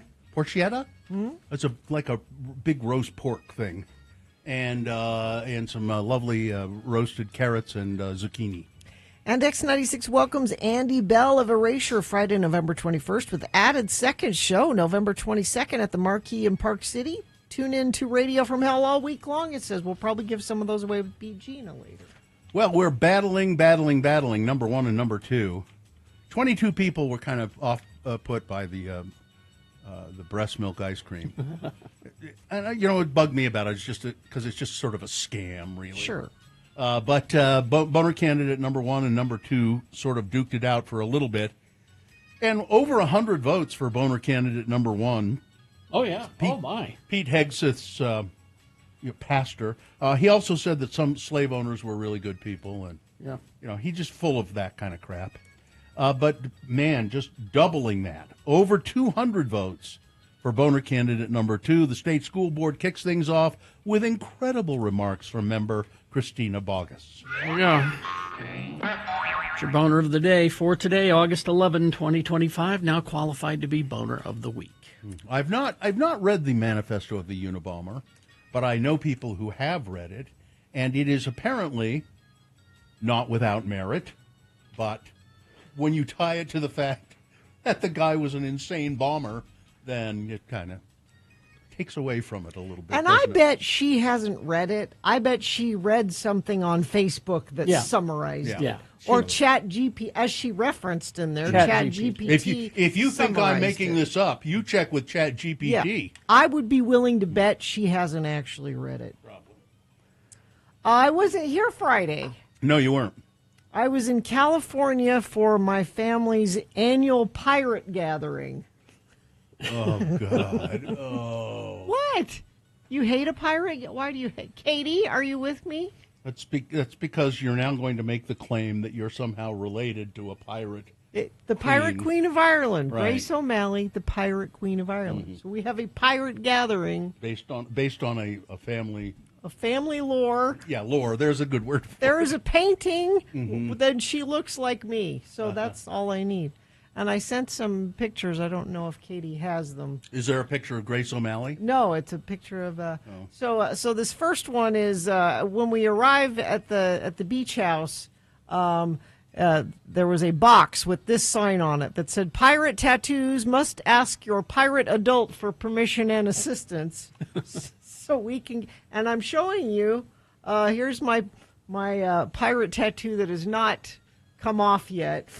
Is that an anchor? It's an anchor, for Festus, because that's kind of piratey and navy-y. But everybody, my mom got a tattoo, Aunt Nan got a tattoo, Uncle Pat got a tattoo. I'm clear that these are peel-off tattoos, right? That's obvious, right? Yes, it is, Gina. Yes, it is quite obvious. But this is the closest thing I'm ever going to have to a tattoo, actually.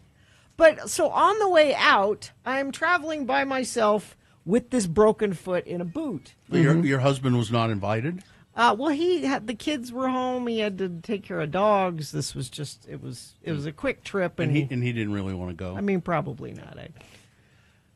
Whose beach house is that, by the way? So my Aunt Nan rents it, so nobody owns it. It's like an Airbnb. Oh, okay. Because I think I might want to stay there. Oh yeah, it's nice for sure. Based only on that photo.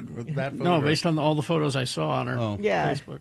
It's really nice. It's because it's beachfront. Like there's stairs that go right down to the beach from there, which is nice. Is that a helicopter landing pad there? No. So anyway, traveling by myself with this broken foot in a boot. And so typically I do not check my bag because you know how you never lose your bag? If it's with you all the time. Yeah. But because I had this boot and because I didn't have to change planes or anything, it was from here to Santa Barbara. You get on the plane and get off the odds of my bag not making it with me are very small. Uh-oh. So I checked my bag. Didn't make it?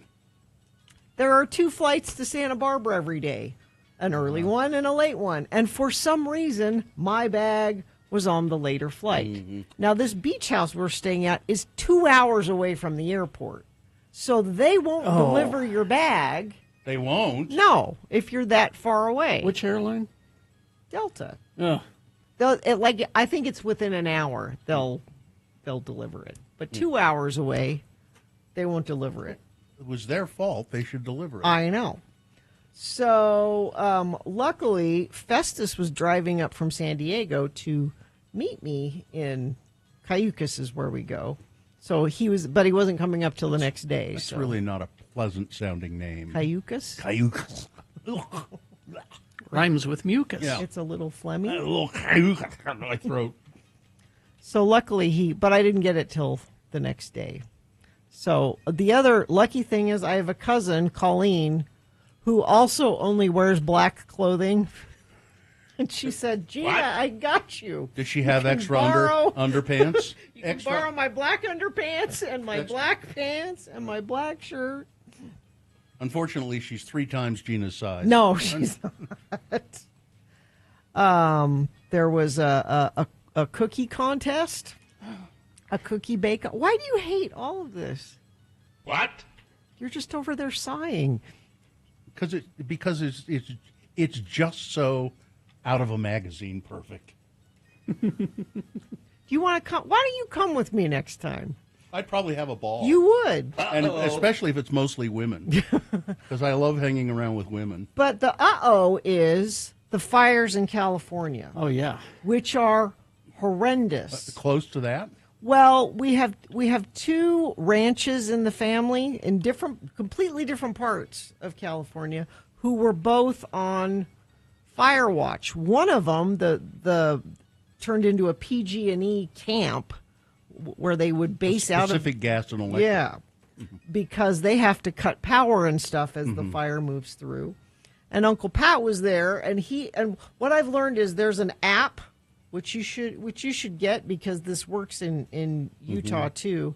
It's it's called Watch Duty. Yeah. And it's great because it shows you where all the fires are in the whole country. And when you click on it, It'll tell you if there's an evacuation order in effect. Is if it great or is power's it out. depressing? I mean, it's depressing. Yeah. But so we spent the whole time there while they were watching the fires, and at one point Uncle Pat had to leave because his ranch was under an evacuation. Oh, wow. Yeah. So he had to go down south? No, he's up north. Up north. Yeah. But yeah, get that app because I started. What's it called? Watch Duty. Yeah, I think my wife has that. It's for here too. Mm-hmm. Okay. It's for the country. Yeah. Yeah. So. Well, what first of all, what does cookie making have to do with pirate? Booty. It's booty. It's. I don't know. Are there any other pirate activities? Do you go plunder something? Or? There's usually a treasure hunt. I was only there for a tiny bit of this. Aunt Nan's there all month. There are pirate activities all month long. Oh my God! And what? So you didn't make cookies. No, I judged harshly. The cookie contest. I like the way you say no sometimes. No, God, what's wrong with you? Traffic. Please. Crash, I-215 eastbound at Union Park in Midvale, blocking the left shoulder. Traffic is backed up to State Street in Murray. And a crash northbound I-15. This is in Lehigh, milepost 285. That looks like that's about it. If you see something, though, you can text us and let us know, 33986. Do you or someone you love struggle with addiction? Help is out there. Renaissance Ranch is one of Utah's best addiction treatment centers. They accept most private insurance and Medicaid. Schedule a free consultation at renaissanceranch.com. All right, we will take a break. We'll be back after these with Bill Frost telling us what's on TV this week. Stand by. UtahAdvocates.com. The Advocates, if you've been hurt in an accident, you need to call them or have somebody in your family call. Concentrate on getting better. Let the Advocates take over for you when it comes to dealing with insurance companies. Yeah, and it's all of not just car accidents, jogging accidents, dog bites, motorcycles, bicycles. We heard about a bike accident earlier this morning. And you can call them 24 hours a day, 7 days a week. 801-355-5550, and you'll be on the line with a lawyer, not a paralegal, not a gatekeeper of any kind. A lawyer answers the phone and says, "Lawyer here. How can I help you?" And if they determine that you're not at fault, then they take the case. They don't charge you anything for the call or any of the work they do for you to get you a settlement. So 801-355-5550. You can also chat online if you're a little shy. Go to UtahAdvocates.com. One of my favorite follows on Instagram is Rachel's SLC History. Her name's Rachel Quist, and she does a whole Instagram page about history of Salt Lake, and she'll post really cool old pictures of Salt Lake and tell you stories about buildings and stuff. Okay. I read this one this morning, and if you go to x96.com/live, there's a picture associated with it. Oh, there it is. Here is the story. About 1900, the year 1900, a rumor emerged of an alligator living in Salt Lake City sewers. What? Salt Lake Hot Springs Sanitarium was a bathhouse, swimming pool, and spa that used hot spring water piped in from Beck's Hot Spring. It's where the Children's Museum No. is, isn't it? It was at 52 West Broadway, now the location of Broadway Media.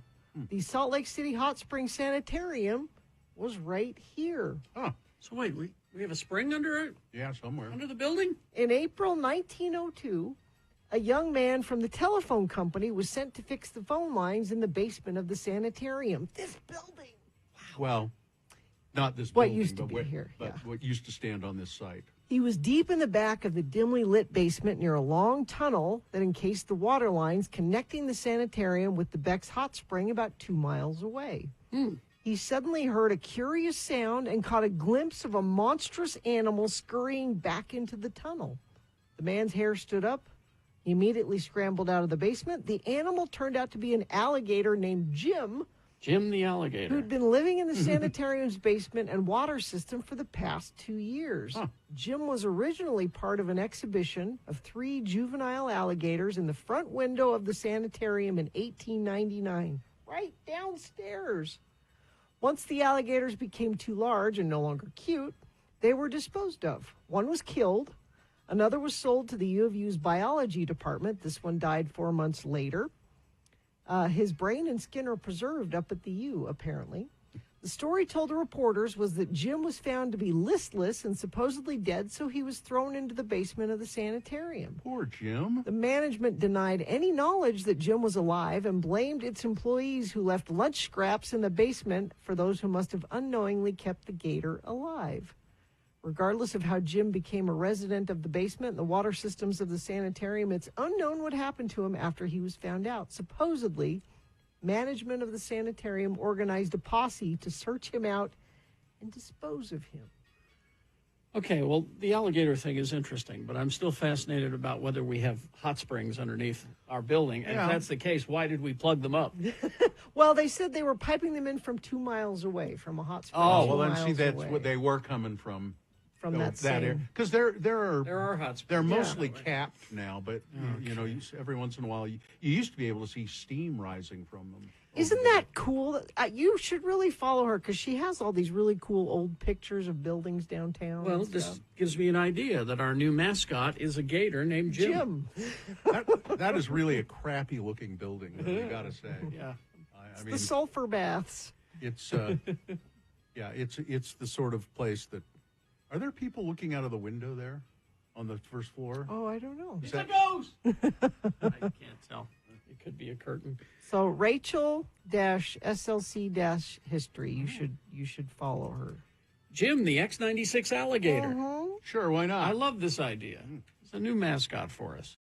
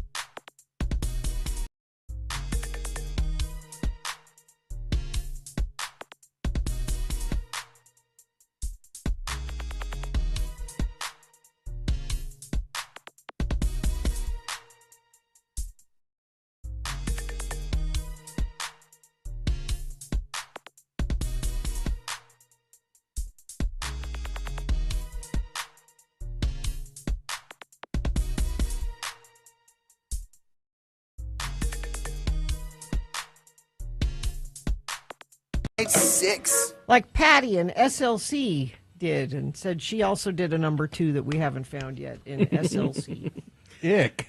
Bill Frost, TV, brought to you by. TV, brought to you by. Don't miss Big Head Todd and the Monsters, Sunday, August 24th at the Snow Park Amphitheater at Deer Valley. Get tickets at thestateroompresents.com. He's here now, Bill Frost. He is a writer. You can read his stuff at cityweekly.net. He's a podcaster. The podcast is called TV Tan. And he's a musician. The band is Magna Vega. And he's an all-around good egg. Good egg, yeah. Bill Frost, and you can find him at billfrost.tv. Yeah. What do we got? Some good stuff this week. Tomorrow, the premiere of the series Alien Earth. Oh, the Noah Hawley thing. Yeah, it's a prequel to, it starts before the first one. Yeah. But it's still 100 years in the future from us. Yeah. But it all sounds pretty familiar. The Earth is governed by 5 rival megacorporations. Sounds about right. So it could be now. Timely as today's headline. Yes. And they're developing robot-human hybrids. Again. Yeah. Yep. We know they're doing that. Mm-hmm. And the research vessel crash lands on Earth, and it starts going sideways. Mm-hmm. Yeah. Timothy Oliphant is in here with some great hair. Oh yeah. I mean, he's I always appreciate got gray hair. He's yeah. always had great hair. yeah, but this is to Yeah. rival the captain on Star Trek: Strange New Worlds. There's a competition Yeah. here. Oh, okay. Yes. He's going to have to go some to beat Anson Mount. The silver pompadour. I don't know. And that drops 2 episodes tomorrow on FX and Hulu, and then you'll get them by the week after that. Also, a new stand-up special from Jim Jeffries on Netflix, Two-Limb Policy. The topics he's expounding upon here include tiny mustaches, didn't care for them, and how acting is not a real job. Okay. All right. And on Wednesday, here on Netflix again, this is a new animated movie from Genndy Tartakovsky, who did Samurai Jack and Primal. This is called Fixed. It's about a day in the life of a good boy, a good dog, voiced by Adam Devine. And he has just 24 hours left before he gets neutered. Oh. We're going to need one last adventure. Okay. Yeah. The voices included here are Catherine Hahn, Idris Elba, Bobby Moynihan, Fred Armisen, Beck Bennett. All funny people. All funny people. Yeah. And also on Prime Video on Wednesday, a series based on a graphic novel, Butterfly, starring Daniel Day Kim from Lost. And I believe he's a former assassin who someone's out to kill him. Turns out they might be related. Maybe not. Okay. Now, also on Prime Video, I can't believe this is back for a second season. Sausage Party Foodtopia. Oh, is this like the movie? They made a season 1 a couple of years ago. Oh, no one saw it, and yet here's season 2. So this is the sequel, animated, right? Animated sequel series to it. You got Seth Rogen's voice in here, Kristen Wiig, all the people from the movie. But I don't know if we need a whole franchise. No. For Foodtopia, for Sausage Party. Friday. There's too much Seth Rogen right now. You think so? You need a break? You just need one Seth Rogen. You don't need 2 or 3. So you're talking about just have the Platonic. Which I haven't really seen because I'm watching it's the not studio. too much for you. I just don't want I don't want that much Seth Rogen. You just in my want the life. studio and that's it. Yeah. On Friday, USA Network is still attempting to get into the back into the original programming game. They just canceled Resident Alien. Yeah. Not a good sign.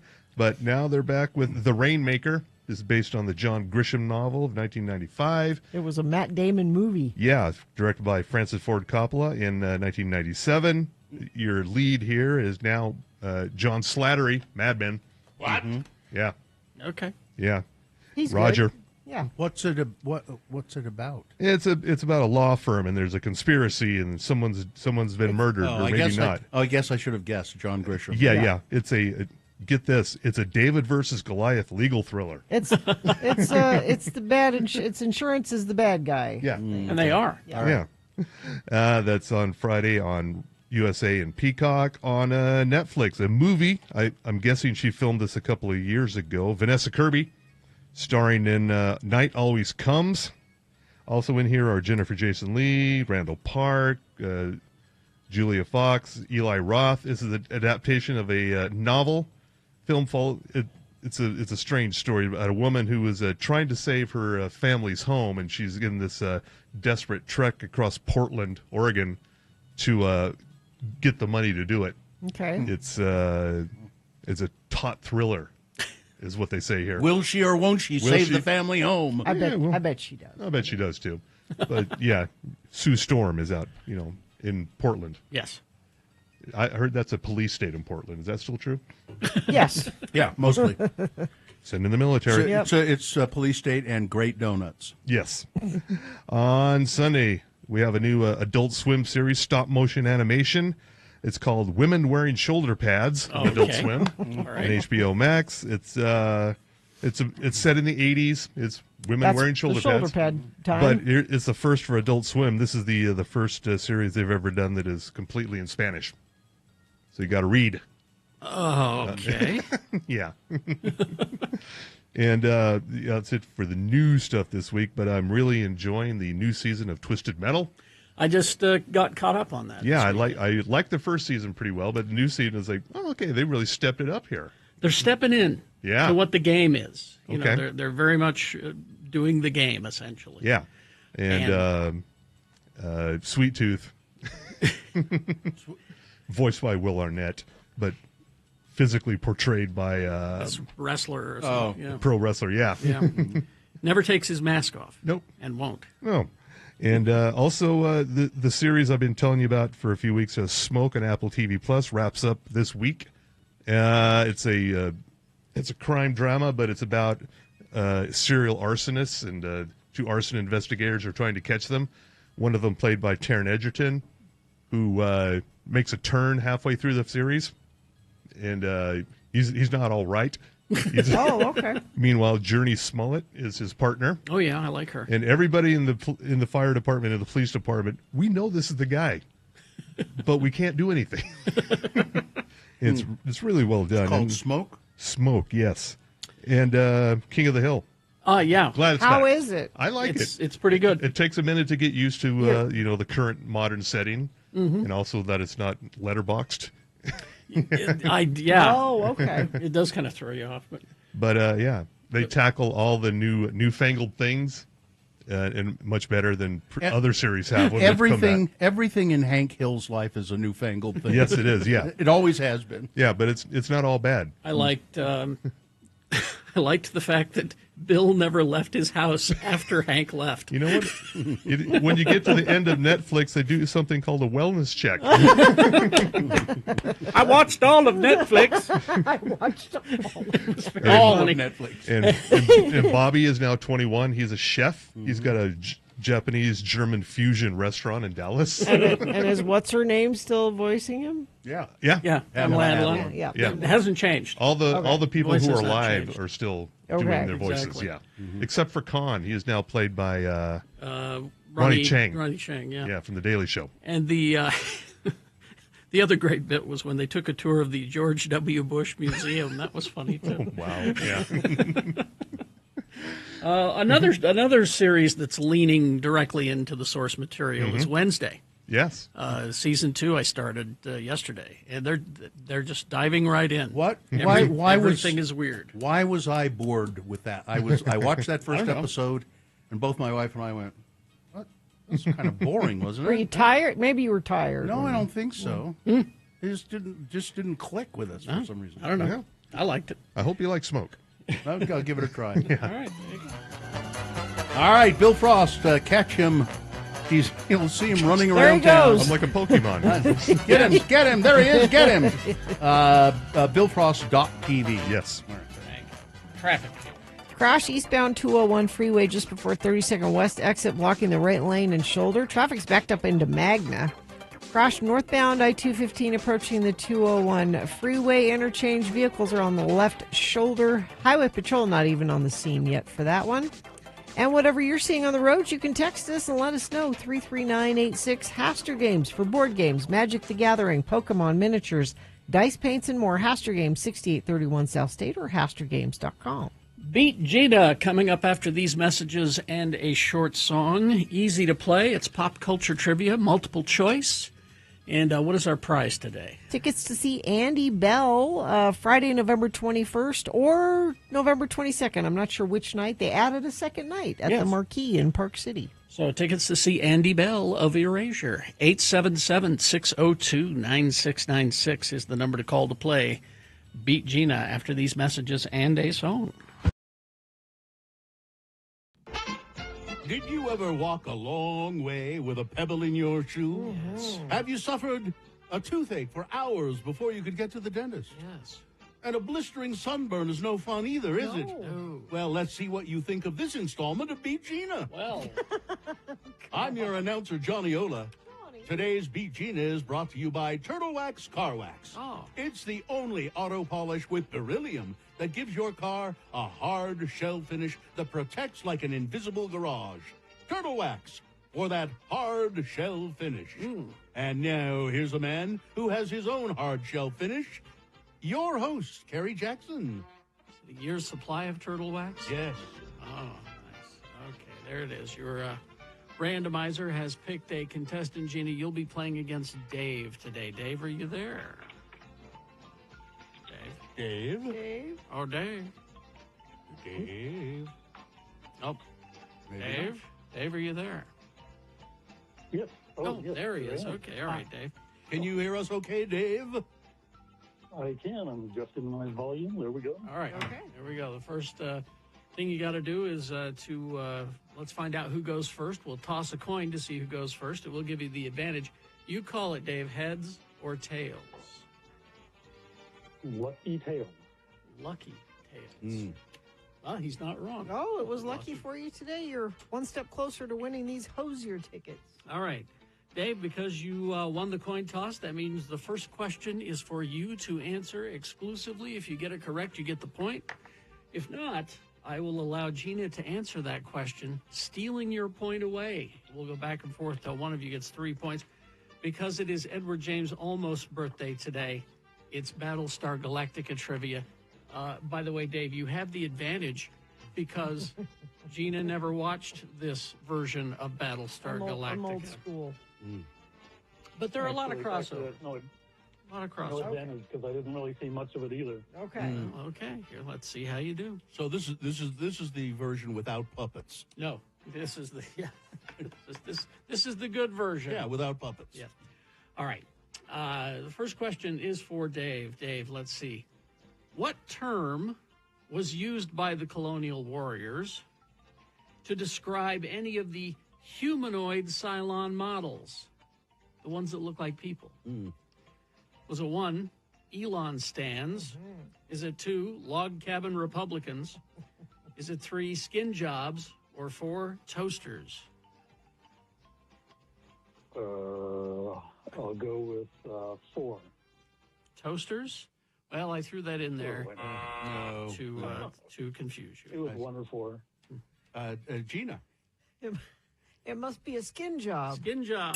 Yes. which sounds like something we shouldn't be saying, but No, it's a skin job. Okay. That's what they were called. Yeah, that's so it's 1 point for Gina, no points for Dave, and Gina controls the question. All right, Gina. This one's a crossover. good. In both the original series and the remake, they have an episode with the same title. Okay. What is the title Okay. of the episode? Is it 1, the seizure of $300 from a pig woman in Beverly Hills? Could be. Is it 2, a brutal connection with the Alice from Linen Service? Is it 3, the hand of God? Or 4, gun on Ice Planet Zero? I'm going to say the hand of God. Hand of God is correct. 2 for Gina, none for Dave. We'll go back and see if you can get a point here, Dave. All right, Dave, here we go. Okay. Dave, the phrase end of line, as spoken by the hybrids, you know, when they die, well, when they download, it's a whole thing. Anyway, the phrase end of line, as spoken by the hybrids, is an homage to what movie? Is it 1, Ready Player One? Is it 2, Tron? Is it 3, Hard Times on the FAFO Railroad? Or 4, The True Story of the Death of the Traveling Wilburys? It's a documentary. This is a gift he gave I you, will Dave. have You better to go. get this. Huh? This is Tron. It's got to be Tron. It is Tron. Yes, there you go. That's a point for you, Dave. Gina has 2, and she controls the question. Gina's a little resentful that I gave you one. There wasn't. There were Gina? 3 joke answers in that Gina, one. here's where you come in and just take it. Okay. The Galactica discovers, and this is in both series, Okay. the Galactica discovers that they are not the only Battlestar left after all. What? Yeah. What is the name of the Battlestar that is also around besides the Galactica? Is it 1, Battlestar Pegasus? Is it 2, Battlestar Prometheus? Is it 3, Battlestar Nipsey Hussle? Or 4, Battlestar Adonis Morissette? Adonis. No, it's Pegasus. Pegasus is correct. And Gina wins There the it is. thrilling contest. Sweeped right in. And Thrilling contest. Kind of like a blistering sunburn or a pebble in your shoe. Oh. Sorry, Dave. You didn't win. Well, Dave, I don't want to be a I don't want to be a pebble in your shoe, Dave. I want to be a positive in your life. She wants to take you to church. she wants to meet you for dinner, Dave. She wants the Battlestar Galactic Church is where she's going to take you. Dave, I'm going to give you these Hosier tickets anyway. All right. You're going to get the tickets. Hang on. Congratulations, Dave. Hang on. Listen, I'm out. I got to go home. I've got a quart of gin and a bottle of turtle wax. I got things to polish. All right.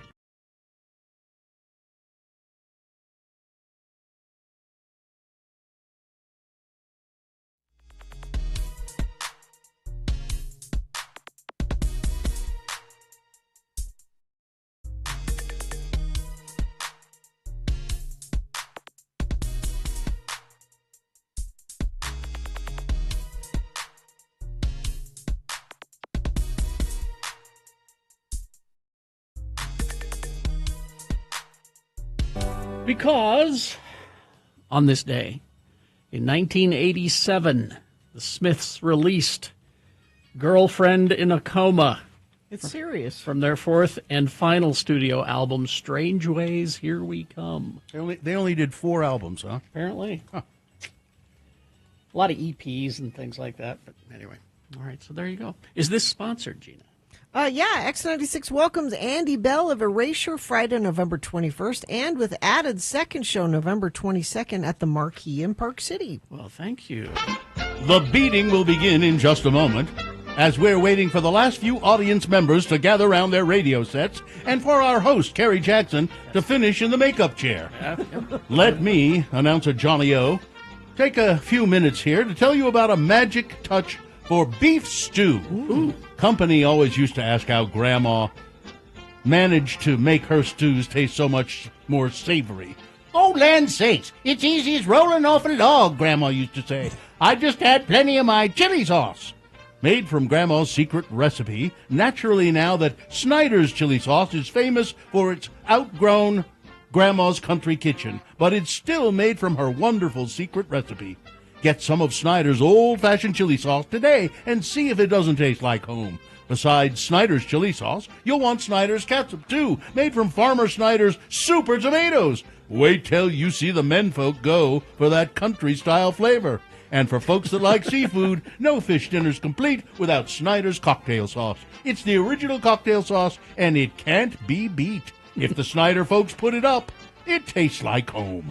And now, fresh from the makeup chair, and looking stunning, I should add. Thank you. Here is your Beat Gina host, Kerry Jackson. Thank you, Johnny Ola. You're welcome. Professional game show announcer. A quick question. What's the difference between ketchup and catsup?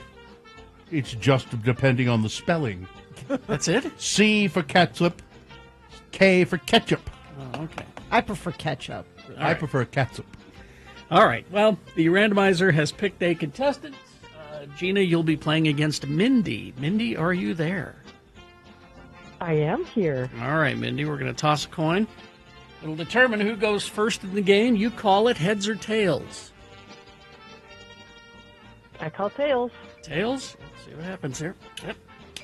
It is tails. Oh, you're one step closer to winning these Andy Bell tickets. All right, that means you go first, Mindy. The first question is for you to answer on your own. It's multiple choice, pop culture trivia. If you get it correct, you get the point. If not, then I'll allow Gina to answer the same question, stealing your point away. We'll go back and forth till one of you gets 3 points. I got some leftover Dustin Hoffman trivia Okay. that Nick wasn't too crazy about. Oh, I would love Dustin Hoffman trivia. So let's begin with that. Mindy, first question for you. Mindy, before acting, what was Dustin Hoffman's job in Playhouse lobbies? Was it 1, lemonade vendor? 2, usher? Was it 3, he sold unusual snacks? Lark's tongues, wren's livers, calf's brains, jaguar's earlobes, wolf nibble chips, get them while they're hot, they're lovely, otter's noses, ocelot spleens. Or was it 4, he sold eggs and tomatoes to the audience just in case they hated the play? Was he an usher? I threw that in there. That's a good guess. Good guess, good guess. Then he must have sold lemonade. Lemonade vendor, yes. Lemonade here. That's a point for Gina, and Gina controls the question. Gina? Yes. What happened to Dustin Hoffman in filming Finding Neverland? Okay. What happened to him? Was it 1, contact high from Johnny Depp? Could be. 2, got slapped by Kate Winslet for saying that she was awful in Titanic? Could be. 3, hurt his back giving Freddie Highmore a piggyback ride? Or 4, lost the tip of his finger. Tip of his finger lost. Tip of his finger is Oh, correct. very good. That's 2 points now for Gina. Mindy, you don't got none. Mindy? Okay. What did Dustin Hoffman enter the Guinness Book of World Records for? He is in the Guinness Book of World Records for what? Is it 1, most miles running in a film for Marathon Man? Was it 2, greatest age span portrayed by a movie actor? Was it 3, largest collection of calluses? Or 4, loudest burp, male?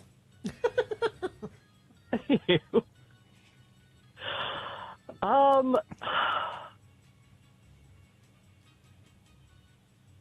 can I? What was?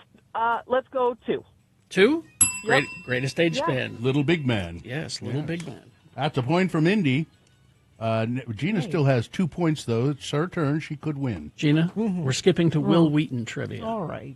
We're all out of Dustin Hoffman. I would have liked more of those. Well, you should have been here Friday. Okay. In his big break commercial with Bill Cosby, what were they promoting? Okay. Will Wheaton's big break was a commercial with Cosby. Was it 1, Coca-Cola, Coke adds life? 2, Jell-O pudding pops? 3, pills, you put the pills in the people? Or 4, a very fancy espresso machine? Coke. Coke? No? No, Mindy. Sorry. Chance to tie. It's got to be Puddin' Pop. Puddin' Pops, there you go. It's gotta be. It's 2-2, and Mindy controls the question. Now Mindy could win. You see how that happens? Mm-hmm. Mindy? Yes, we all saw that, Gina. Every one of us saw that. Mindy? Which video game did Will Wheaton lend his voice to? Which video game? Was it 1, Tandem Bike Ride with Your Mother? Is it 2, Halloween Hit and Run? 3, Halo 2? Or 4, Grand Theft Auto San Andreas? Oh. 4. Grand Theft No, Auto you San Andreas. Wow. Man, that was really a good guess. Mindy, you don't give me the opportunity to be generous. You won that outright. You get those Andy Bell tickets. Yay, thank you so much. You're welcome. All right. Hang on. Hang on the line. We'll tell you what to do. Listen, I have to get going. Mrs. Zola just sent a message to my pager. Mm-hmm. Let me know that the chili's ready and I should stop for a box of saltines. Oh. All right. Big boy news now brought to you by Salt Lake Film Society presents the Summer Showdown at Broadway Center Cinemas. Cult classic films on the big screen. This weekend, check out The Room. It's a famous, horrible cult classic movie. Perhaps the worst hi, movie. Mark. It's perhaps the worst movie ever made. they say. you're tearing me apart. Versus Hundreds of Beavers. I don't know what that is, but I it have sounds seen great. it. Oh, you I have seen it. It's a largely silent black and white movie. It is the most unusual thing you will ever see, and it's funny. Okay. And So there you go. And there are hundreds of beavers. Yeah. So go see both of them Friday and Saturday There are night. people in beaver costumes. Okay. Get tickets and showtimes at slfstix.org. News. Ancona, Italy. The unidentified Ancona resident, get ready for this story. A known crossbow enthusiast was found in his home by local police following an emergency services phone call from a concerned family member. After forcing open the man's door, the police found him lying in bed with the end of a crossbow bolt sticking out of his forehead. Whoa. He was immediately transported to the local hospital, conscious, with his eyes open, according to the doctor's report. He babbled incoherently, but could still speak. Despite his serious injury, the bolt prevented him from turning his head, and hospital staff learned that he had not eaten or drunk anything in 2 days ever since the crossbow incident. I've never seen anything like this. A millimeter further and the patient would have died instantly. The head of neurosurgery at the Tourette Hospital in Ancona, Maurizio Iconelli, he told the local newspaper, the arrow passed through his skull from forehead to nape. He was lucky. I've never seen anything like it in Italy. Luckily, the material out of which the crossbow was made, carbon, allowed the doctors to conduct a CT scan that proved crucial to performing a life-saving surgery on the patient. because it's not so much about removing it, but rather removing it without causing a massive bleeding. You see, the arrow acts like a plug. If you remove it, you run the risk of hemorrhage, Dr. Iconagelli explained. According to Italian news sources, the 64-year-old man was operated on using military techniques learned from Rocco Armonda, a U.S. Army neurosurgeon with experience in various war scenarios, including in Iraq, Iran, and recently in Ukraine. The procedure was conducted successfully. The patient's condition remains serious, but the prognosis is guarded. Regarding the nature of the injury, investigators are currently considering both the hypotheses of an accident, considering the man's love of crossbows, as well as the possibility of self-harming, although he has no history of mental illness or psychiatric treatment. Pretty strange. It was 1999, this day in 1999, 25 years ago, actually this week, that a tornado ripped through downtown Salt Lake City. Oh, yeah. Killing one person, injuring 80, and leaving a path of destruction through the city, through a city considered all but immune to it was weird. tornadoes. It was very weird. It was August 11th, 1999. Warm breezes blew into Salt Lake from the south, while higher, colder air blew in from the west over the Great Salt Lake, setting up the perfect storm. Winds at different altitudes were blowing at different speeds, and then thunderstorms developed, spawning a tornado. 12:41 p.m. The F2 Twister, winds well over 100 miles an hour, moved northeast from about 3rd south to 10th west to the Delta Center and then on to Capitol Hill and up into Memory Grove. Our studio at the time had a window facing exactly where it was. And thank God I always leave work early, or I might have been there when it happened. It was in the afternoon. I was sitting in the drive-through at McDonald's on on North Temple. And so you were in that area. Yeah. And I had a car full of kids, and my son was looking out the back window and said, "Hey, Dad, I think that's a tornado." And I said, "No, come there are no tornadoes in Utah." And then I looked in my rearview mirror and I went, "Damn it, that's a tornado." I was on the phone with Chet. He was on the air at the time. He goes, "I think we just had a tornado." Yeah. It was kind of heading our way at the McDonald's, but then it veered around and went up, and we watched it go up Capitol Hill, and it was bizarre, very bizarre. Well, millions of people have seen this man's artwork every time they drive into Utah, every time they fly into Salt Lake City, or if they watch a Wes Anderson movie called Asteroid City. It's David Mikkel, or I think that's how you say his last name, and many of his paintings are distinctive red rock landscapes of Utah and the Southwest. He's both a fine artist and an art decorator. His day job is art director at the University of Utah, so he generally collects elements, mountains, trees, and clouds with his iPhone, and then back in the studio, he arranges them on canvas. The official term is artistic license, he said. But you would recognize the stuff if you'd seen it. He's done this big "Welcome to Utah" billboard that's got a dinosaur on it, and then it says "Life Elevated." For Asteroid City, it's really cool. It's a billboard. If you go to x96.com/live. That's the Utah billboard, and I don't know if we have the Asteroid City one, but it says Arid Plains Meteorite, and then there's a big crater, and it says Point of Interest, Arid Plains Meteorite. It's the same kind of color scheme. Yeah. It's really nice. It's nicely done, I think. Very nicely done.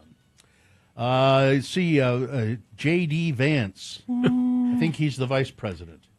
Did he stop his 7th vacation in 6 months? Yeah, he's make a statement. He's in England, where people are pretending they don't know him. He tried to put on a brave face in reaction to the humiliating portrayal he got in South Park, but the internet wouldn't let him get away with it. Of course. The episode portrayed Trump's Mar-a-Lago home as a sort of fantasy island, with the president as Mr. Rourke and Vance as Tattoo, his assistant.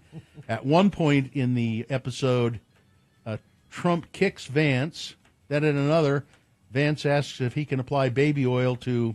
Yeah, don't just let that... to a portion of Satan, who is in bed with Trump. Now, the White House lashed out at the portrayal of Trump in the show's season premiere 2 weeks ago, but Vance, he was going to take a different approach. Well, I've finally made it, he wrote on Twitter. He said, I'm on South Park. Yeah, Well, he actually does probably love it, the attention. I think he's pretending he's cool with it, but it's I would be hiding my head. I would, oh my God, it's just, and then Christy Nome did the same thing. Oh, those guys, all they could do is make fun of a woman's looks. Nope. They don't talk about Nope. the way she does her job. That's no, they really went after the way you did Yeah. your job, too, They did. Christy. That was most of it. Yeah. Bill and Hillary Clinton. Hillary? Yeah, yes. Could face jail time if they refuse a subpoena regarding their involvement with Jeffrey Epstein. Now, I don't know who's going to subpoena them. Yeah, who's going to? They have been. Oh, what? Oh, they have. They Yes, have been subpoenaed, but yes, they've been issued a congressional subpoena due to their alleged involvement with Jeffrey Epstein. but everybody ignores congressional subpoenas. Well, during the McCarthy days, they didn't. Back then, yes. During the McCarthy days, they did ignore them, and several people in show business went to jail because they wouldn't testify. I think it's a stretch to think that Bill and Hillary or But again, Hillary could end up in jail. It's just more distraction. Although I think it'd be kind of interesting to see, but let's see, Prince Andrew. It says here he will probably never set foot on U.S. soil again. Good. Apparently, he's afraid to do it because he's afraid that people would make him testify under oath about his friendship with Jeffrey Epstein. And it's pretty clear that he had a friendship with Jeffrey Of course. Epstein. And these people are all just such scum. And Ben & Jerry's co-founder, Ben Cohen, and his activist group, Up in Arms, placed an emaciated doll on the Disneyland It's a Small World ride, asking people to remember Hiroshima. What? What? They put a little doll, and it's holding a sign.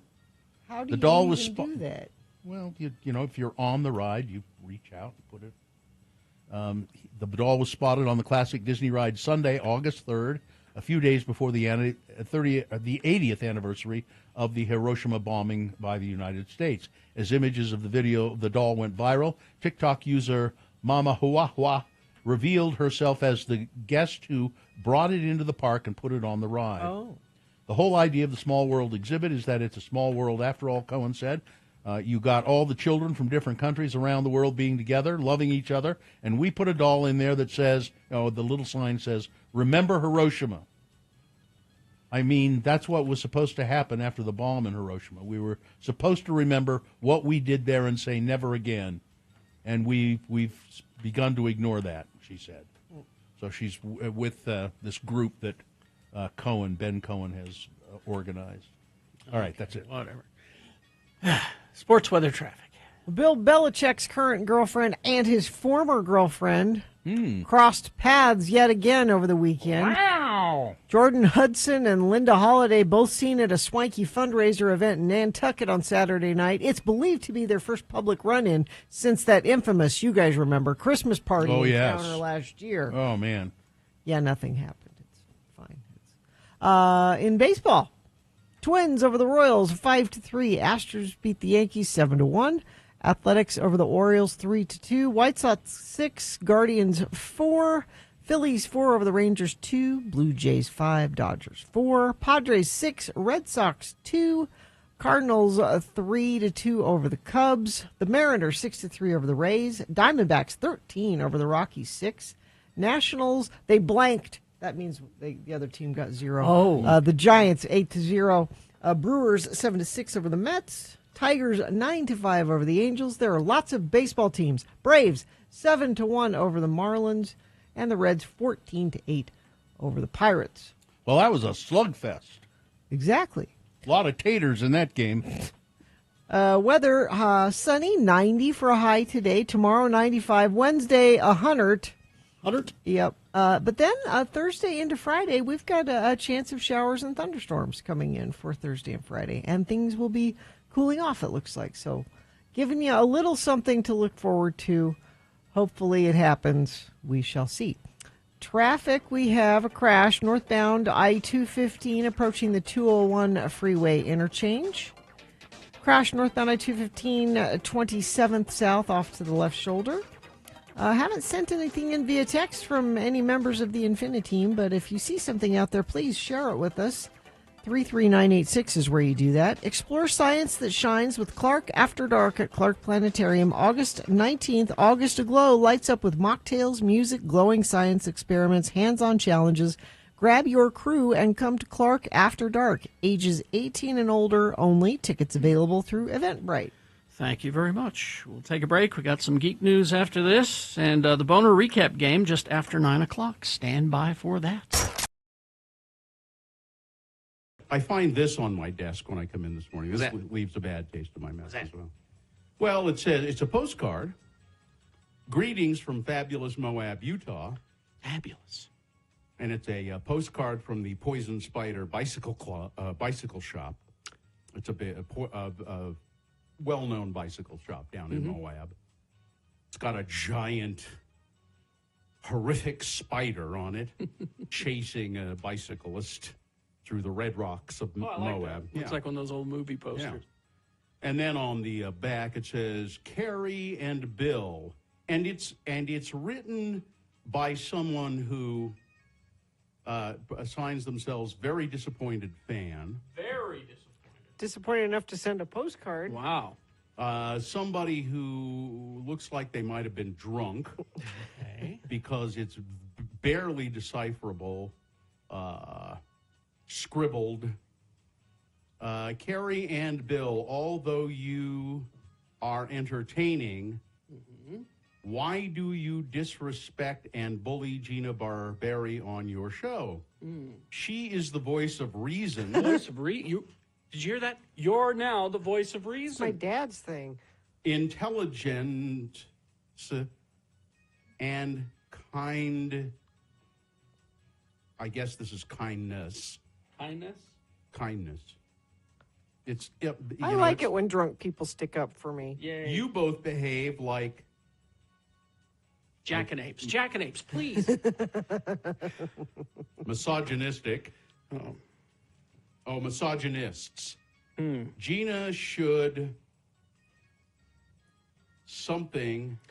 be something. Do you want me to try treated much better as a professional? Thank you. Drunk friend of the program. Very disappointed fan. See if that doesn't look like a drunk person wrote it. Or no, you know what? I just changed my mind. It was written by an ancient person, an ancient human being. It's a former Tom Barberi fan who now, like Sheena, I am not a crackpot. Oh, I appreciate that. This took effort. Yeah. They had to very old purchase a postcard, buy a stamp. It's a retiree in Moab. Anyone can send an angry email. That takes no effort at all. An angry postcard. This took. It's by someone who doesn't know what email is. They're so old they don't know what email is. I appreciate it. I think you should. It's your old fan in Moab. In Moab, I'll take it. Signed old timer in Moab. Well, you should take it. It's great.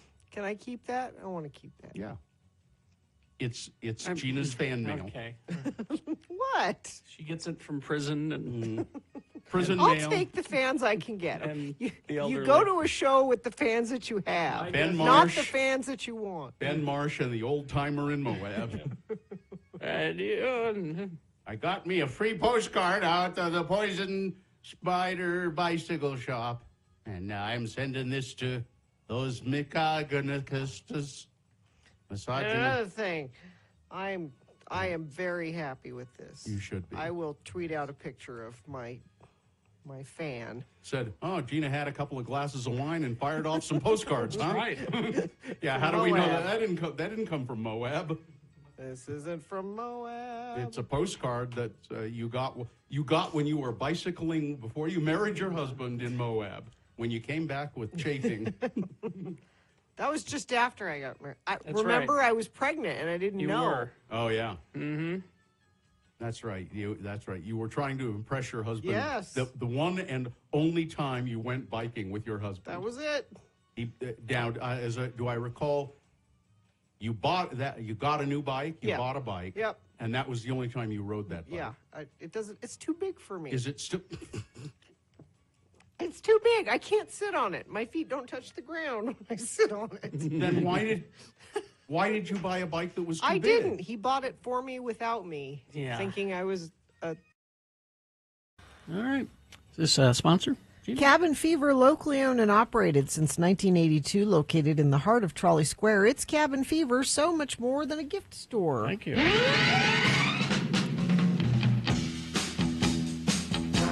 All right. I've only got one thing for you to seek out today, to look at, to watch. Okay. And it's not a trailer. Well, no.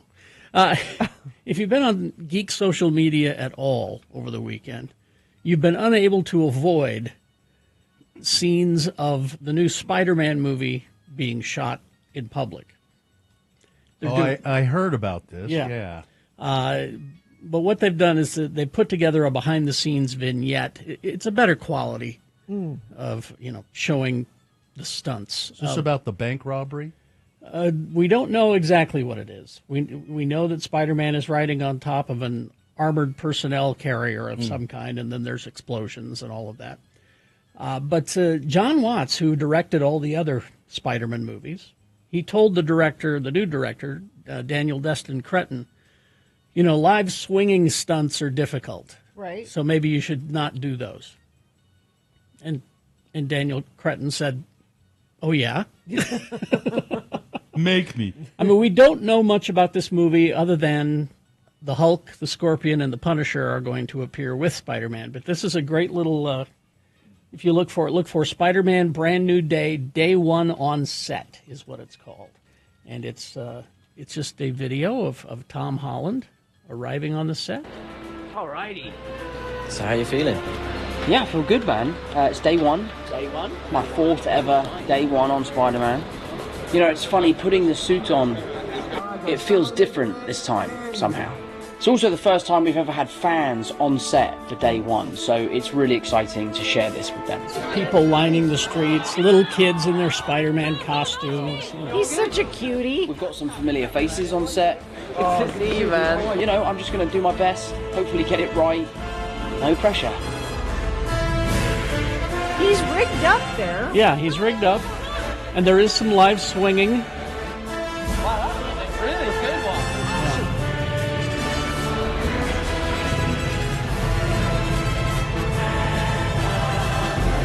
one. You can see Tom Holland as Spider-Man in the flesh. Well, that wasn't him, though, was it?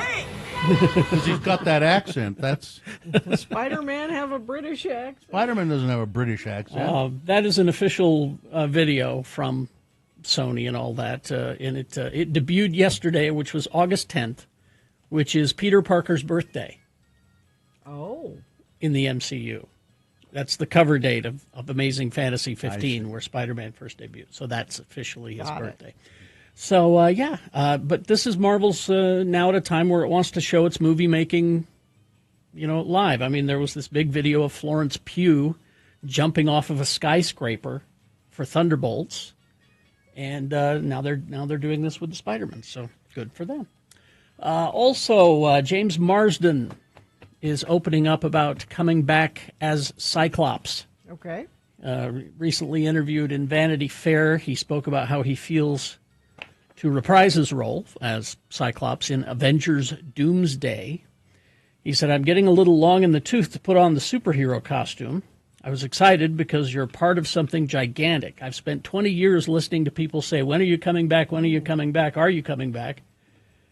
I'm going to have a tough time struggling to get into the costume if they waited a couple more years. It's been a blast.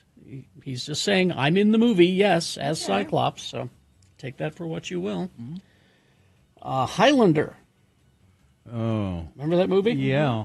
1986. Christopher Lambert as Connor McLeod. Mm-hmm. There could be only one. Didn't they cut people's heads off or Yeah. something in that movie? He is the medieval Scottish Highlander who discovers he is an immortal warrior with the help of a swordsman named Ramirez, who was Sean Connery. The titular Highlander battles other immortals across the centuries, culminating in a modern battle in which, like the classic line of dialogue says, there could be only one. This time around, hairy-chested Superman. Ooh, Henry Cavill? Henry Cavill is playing McLeod. Okay, I'm okay with that. And they've just cast the Kurgan, who is the barbarian who has been killing other Highlanders, other immortals across the centuries in order to absorb their essence. Now, Clancy Brown played it originally in the movie. Dave Bautista is now the Kurgan. Final Destination. You just watched. I just watched it. It was a fun little watch. I mean, it's not high cinema, but it's just fun because they keep dropping little clues. You know, wait, he dropped a penny. I wonder if that plays into later. Oh yes, that penny is important. Of course, it will cause circumstances to kill people. You know, but they've already agreed to a new one, Final Destination. Another Final Destination movie. And if that wasn't enough, how about another Attack of the Killer Tomatoes movie? Oh, yeah, we sure need that. You know, my dad is in Attack of the Killer The original? The original? Yeah. There's a radio, guy driving in a car with the radio on, and my dad. And it's Tom? Mm-hmm. Oh, I didn't know It's that. Tom's voice, Yeah. not the guy driving Like the car. we've been in a movie that way before, too. We have, yes. Well, this one is called Attack of the Killer Tomatoes, Organic Intelligence. And yes, 95-year-old John Aston is back to play... Oh, my gosh. Nicholas Mortimer Gangrene. Nicholas Mortimer Gangrene. David Koechner is going to be in it, and Eric Roberts as well. The story is only said to pit the eternal power of nature against AI's best and brightest. That's all we know. So, if you needed another... Is it George Clooney in Return of the Killer Tomatoes? Is he in one? I don't know. I don't know. Oh, I need to... I don't know why Are you going down a Killer Tomatoes hole? Yeah, I don't know why I thought that. And finally this. You remember Movie Phone? Yeah, he is. Yeah. George Clooney's in Return of the Killer Tomatoes. Sorry, yes, Movie Phone. Yes. Hello. Hello, just call. Just press 1. Oh, I'm not able to dial. Well, darn it. Katie, can you do this for me? Is Movie Phone back? No, there is 1-802-377-film is the number to call. Oh, did I hang up on you? Sorry. I should have tested this before. I knew I could get a dial tone, but as far as calling, you should. Well, this is a promotion for the Toxic Avenger. Oh, okay. The Toxic Avenger movie, which is coming out with why can I never remember his name? He was Game of Thrones. Tyrion Lannister. Tyrion, yeah, we interviewed Peter him. Dinklage. Peter Dinklage. He's the Toxic Avenger. He is. It's 1-802-377-FILM film. Hello. Welcome to Movie He's quite a bit shorter Toxic Avenger than in the past. He's an actor, Bill. He can act taller. We're having trouble with this. Anyway, you call it, and it's him as the Toxic Avenger telling you to go to the movie. Oh, and they change the message every now and then. So there you go. Yes, I have several phones, and I cannot dial out of any of them. It'd be nice to have that. Yes, traffic. Crash southbound I-15 6th North, milepost 309. It's the on-ramp there. Crash northbound I-15 in Lehigh, milepost 285. Crash southbound I-15, the off-ramp at Pleasant Grove Boulevard. And a crash northbound I-215 west, 27th south. That's traffic. All right. Thank you very much. We will take a break. We will be back after these messages with the Boner Recap game. Easy to play, easy to win. All you have to do is tell us who won the Boner this morning. Now, if you were listening, you know. You already know. If you weren't listening, you could probably figure it out. You could probably guess, but why take that chance? Go ahead and cheat. Go to x96.com. Look for the box that says Boners, August 11, 2025. And it'll say winner right next to the proper one there. What is our prize? Tickets to see Blues Traveler and Gin Blossoms August 28th at the Canyons Resort in Park City. Gin Blossoms tickets. 877-602-9696 is the number to call to play the Boner Recap game, and we'll do it after these messages and a song. 877-602-9696. Hi, this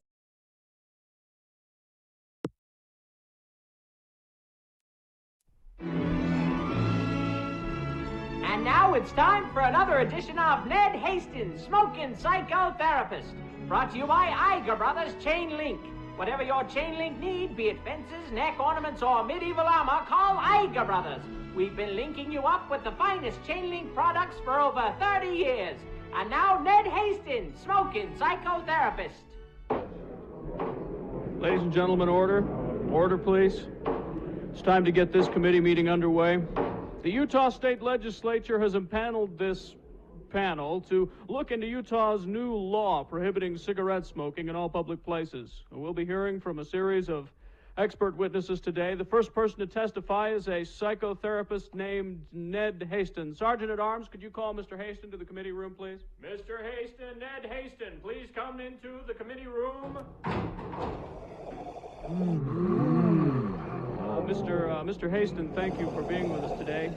May I say that this is an unusual contraption that you're wearing. It looks like a spacesuit. Close, but no cigarette, Mr. Chairman. It works on the same principle as a spacesuit, and it was developed by NASA. But this is my patented Ned Hastings smoke suit. The backpack portion recycles fine, rich Turkish tobacco instead of fresh air. The bubble headgear captures every bit of smoke. None escapes into the outer atmosphere, thereby allowing me to roam freely through Utah's smoke-free environment. Well, I'm not sure that this is allowable. You may be breaking a Utah law. Oh, but I'm willing to take that risk for the sake of sweet, sweet tobacco. Mr. Hastings, I'm having a hard time seeing your face through the bubble. Oh, yes. I'm still working on a system to clear the tar and nicotine resins from the inner surface.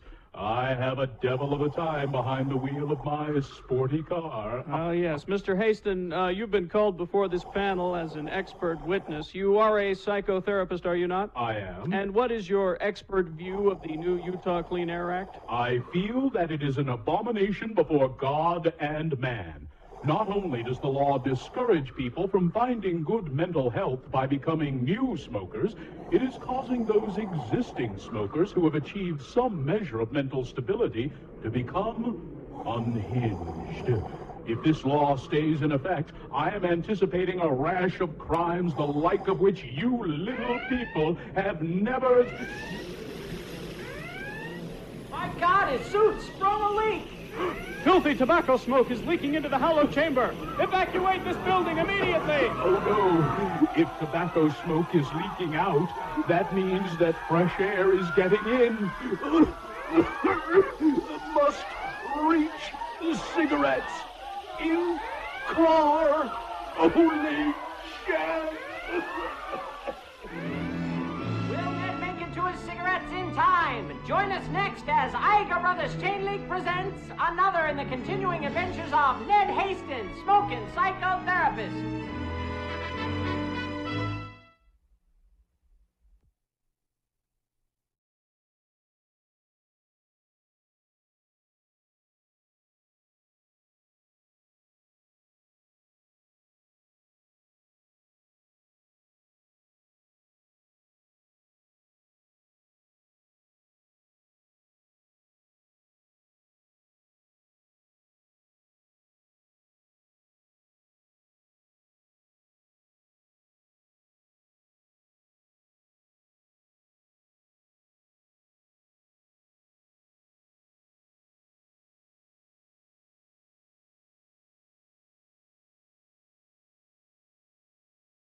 Should we get to these emails of interest? Email of interest. This is a short one, and it's for Katie. It says, I haven't been able to listen lately. Who is this from? Gabrielle. I haven't been able to listen too much lately, but because of my work. So I don't know if Katie knows about this. Mother's Animal Cookies, you know, the Mother brand cookies. Oh, They yeah. do animal cookies. And I they love those. They do frosted ones, and they do grams. They now come in dinosaurs. They have frosted dinosaur Dinosaur cookies. cookie alert, Katie. There you go. They're at they have them at Harmon, she said. So that's for you, Katie. Dinosaur, Mother's Dinosaur. I can't eat those very much, though. If you eat several of them, it sort of makes me sick. They're so sweet. And then this one says, hey, guys, I used to listen to you a lot in high school back in 2005 through 2008. Those were the Bush years. And I really enjoyed having you guys explain the news to me. I'm now 35 years old. I live in the Baltimore, D.C. area. Be-more. Yeah, I love it here. We have been so devastated by this administration's pure evilness, though. I'm sure. I have been losing sleep, and I have been losing weight because of it. So I've turned back to you guys for comfort. I've been enjoying all of, especially Big Boy News. It's been really warm and familiar. You know, it's like Grandma's soup, but silly and edgy. Edgy soup. Yeah. What you guys do matters. Community. Oh, I meant to look this up. It says community is praxis. Praxis. That doesn't mean anything to me. Praxis is a Klingon moon. I don't know. Community is praxis. Salt Lake City is a better city because of you guys. Live long and prosper, bitches. Praxis is, let's see. Love Andy. The process by which a theory, lesson, or skill is enacted, embodied, realized, applied, or put into practice. Praxis may also refer to the act of engaging, applying, exercising, realizing, or practicing ideas. So community is praxis. The community that we have here. Yeah. The radio Is engaging. listeners, engaging. Yeah. Okay. That's nice. Oh, and Berg is right to correct me. It was a Klingon moon. It exploded. Oh. Excuse me. That was Excuse fast. me. Really? Thank That you, was Bert. really fast. I should have realized that. All right. So anyway, those are the emails of interest. Thank you, Andy. And there was another email that I'm going to have to respond to. It was kind of sad because it's somebody who said, I miss hearing Sister Dottie Dixon. Why isn't she on the air anymore? No. It's someone who didn't hear who didn't know that our dear friend Charles died. What has it been? A couple of years now? Yeah. Yeah. Wow. The creator of Sister Dottie Dixon. Maybe we can find an old. Well, we usually do around Pride time. We find some old Sister Dottie we do. to play. And we're coming up on that time, aren't we? June, yeah. Usually. Yeah. All right. Well, there's your emails of interest. All right.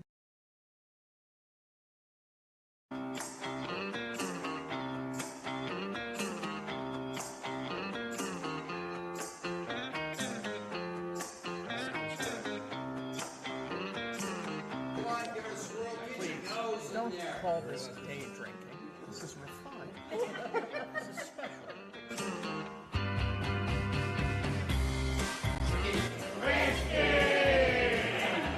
Cheers, everybody.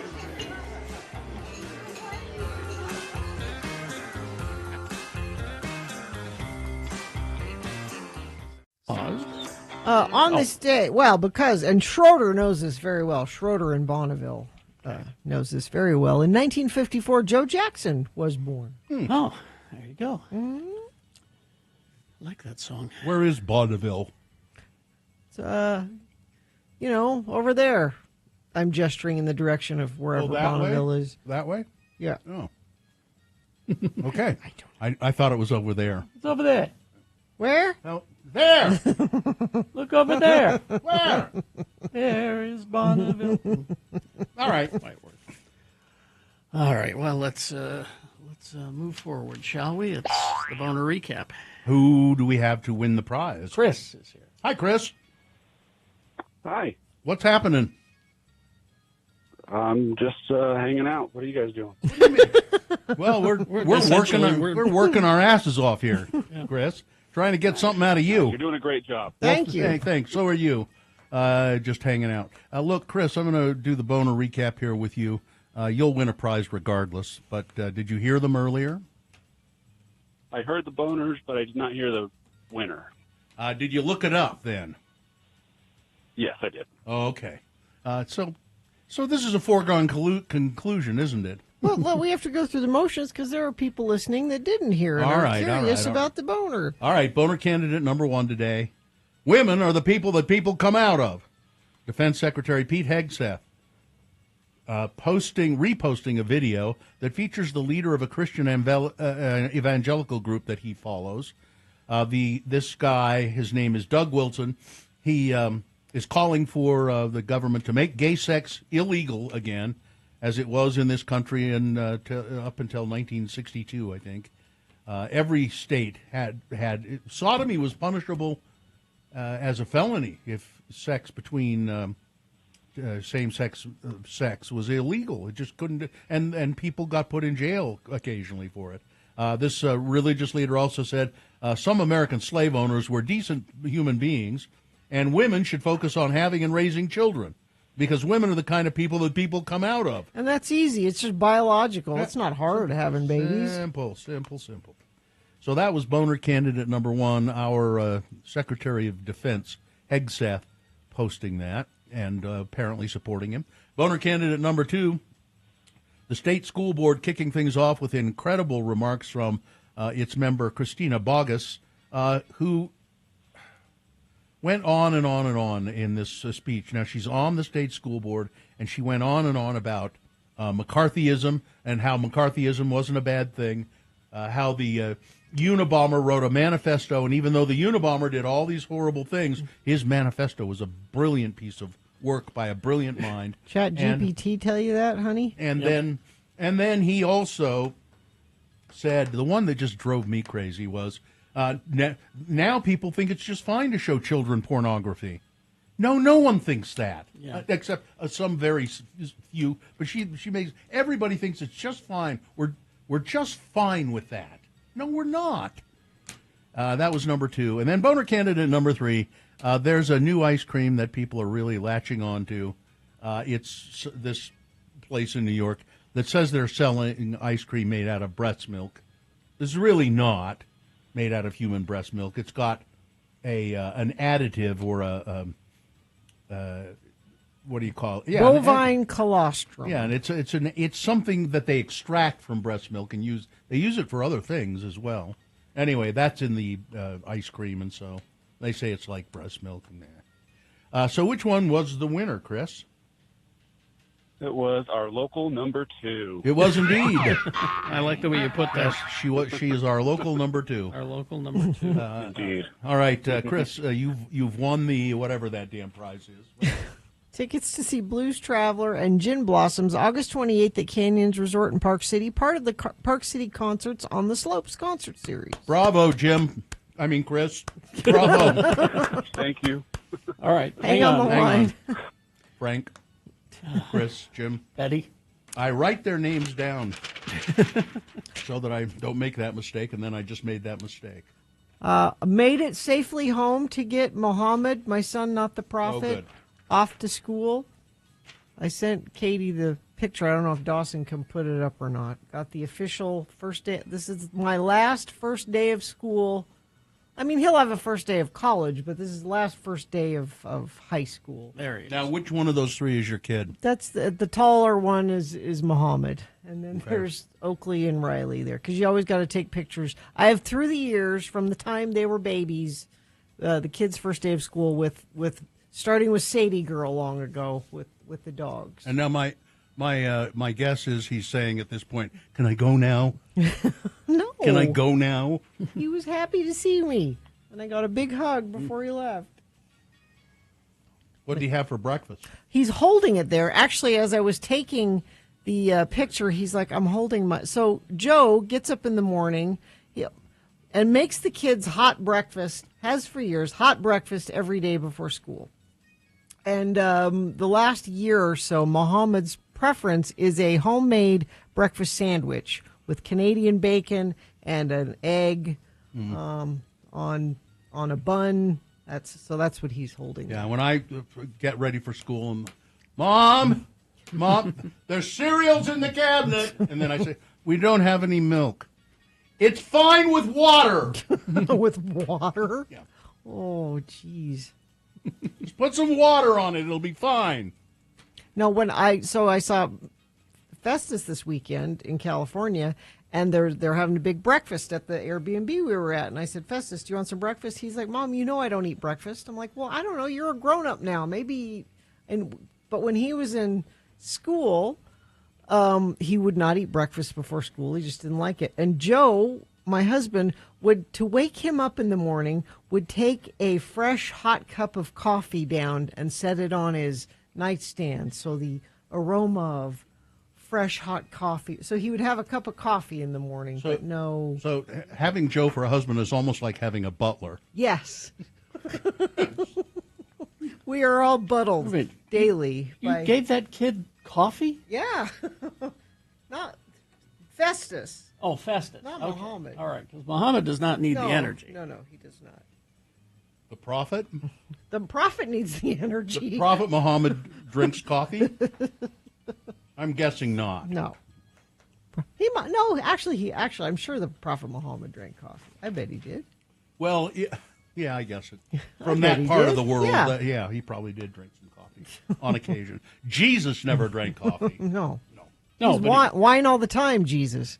Oh, no, he didn't. He had dirty soda. Do you think if Jesus It had was- access to drink? I need an extra shot of coconut in there. It was just grape juice.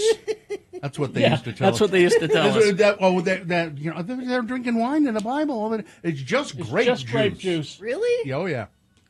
Yeah, they'd tell you that. They used to tell you that. At Mutual or Sunday school or Maya Maids or whatever I was. Was I a Maya Maid? No, I couldn't have been a Maya Maid. That was the girls. Yeah. I guess I could have been. I don't know. No, you couldn't have been. They wouldn't have allowed it. No. I want to be a Maya Maid. Too bad. I used to have all those interesting divisions of things in the LDS church for there were the busy bees and the co-pilots and the top pilots. They don't have those anymore? No. All right, we'll take a short break. We'll be back with some big boy news and opinion window after these. Stand by. Stockton 12 Honda. Your neighborhood Honda dealer, Stockton 12 Honda. Really a great place to buy a car. I bought several cars there in the past. I will continue to buy cars from Stockton 12 Honda. And you should get out there now because Stockton 12 Honda is offering a great trade-in values right now. And they have great deals on every new and used Honda. The inventory is moving fast. The deals are not going to last forever, so hurry out there. Stockton 12 Honda, you can save big during their Honda summer event. Stockton 12 Honda has an excellent service department as well. And it doesn't matter if you bought a car from Stockton 12 Honda or not. You can still avail yourself of their service department. You can make your appointment online, which is very convenient, and there is some same-day service, so call today. Stockton 12 Honda, they're in the Southtown Auto Mall in Sandy. Stockton 12 Honda.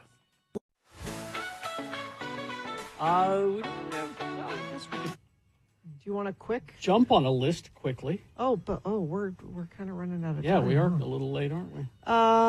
Let's see. Well, because I don't have time to tell you 55 things women over 40 shouldn't have in their home. That's 55. 55 things. So how about I do? People who lack self-awareness frequently say these 14 things. It's fewer things. Okay. People who lack awareness. Lack self-awareness. Okay. I'm just being brutally honest. No, you're being a dick. Yeah. Exactly. No, you're. Yeah. You don't. Carrie said. Yeah. Let's see. The next one is now a couple of these as I'm reading through. These are things that I say. Okay. And I say this one. I really hate drama. And I do. And I do. And you know this about me. Yes. And I know this about you. I truly hate drama. Now, this says The classic drama-averse, yet somehow drama-surrounded person. It's a bit like someone who says they hate soap operas but know every plot twist. No. If you find yourself always in the eye of the drama storm, maybe it's time to ask, am I the common denominator here? No, because I have removed all the dramatic people from my life, and some of these people are blood relatives. I guess there are people that say that, but they really are involved in it. Yeah. I also say this. I don't care what people think of me. I care what a few people think of me. I care what you think of me. Yeah, I care what my husband thinks of me. Yeah, there are some people I do care. The majority, I don't. But generally, you Yeah. can like me or not. I don't care. I'm not like other people. This line is all about celebrating uniqueness, which is awesome, but it can also accidentally tip over into I'm the main character in this story. Exactly. You really Yes. should pay attention to me. Let's see. I'm not judgmental, but yes, you are. And I won't say that because I absolutely admit that I'm judgmental. I am too. I 1,000%. I just tell it like it is. No, you're being a dick. Yeah, that's kind of like saying you're brutally honest. Yeah. People just don't understand me. You're not that complicated. You're really not. An enigma wrapped in a Yeah. riddle and no one gets you. You're just a dick. No. I'm too old / too young for this. Don't say that. Yeah, I'm a people pleaser. I kind of used to be, I think, a people pleaser. I'm always suspicious of people who say I'm a people pleaser. Yeah. Have your own opinions on things. And, Yeah, okay. And finally, this is apropos of this show. Oh, I don't care about politics. That's what this texter was trying to tell me. I don't care. You should. You should. It's your life and the people you care about's Yes. life and the community you live in. They're passing laws that affect you. Yeah. You should care. And you should be outraged when they... Oh, okay. Never mind. Thank you. Just a quick list. Quick Tiny list. I liked that. Thank you very much. We hope you'd enjoyed another list with Radio from Hell on X96. Move your body, break the mold. Hearts united, we are bold. Join the parade, dance along. Feel the pride where we belong. Shake the ground, raise your voice strong. Celebrate all night long. Join the parade, dance along. Feel the pride where we belong.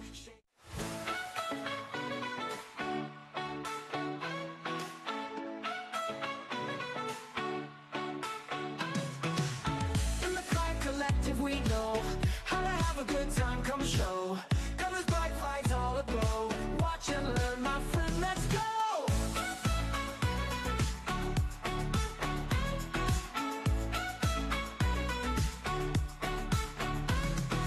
Feel the beat, it's in your soul. All right, 9:20 right now. And it is time for Big Boy News and Opinioendo, brought to you by... Don't pay for tires and oil changes ever again. Get tires and oil changes for life with every new and used Mazda purchase from Bountiful Mazda. See Bountiful Mazda today for details. Donald Trump deployed federal agents across Washington, D.C. last night.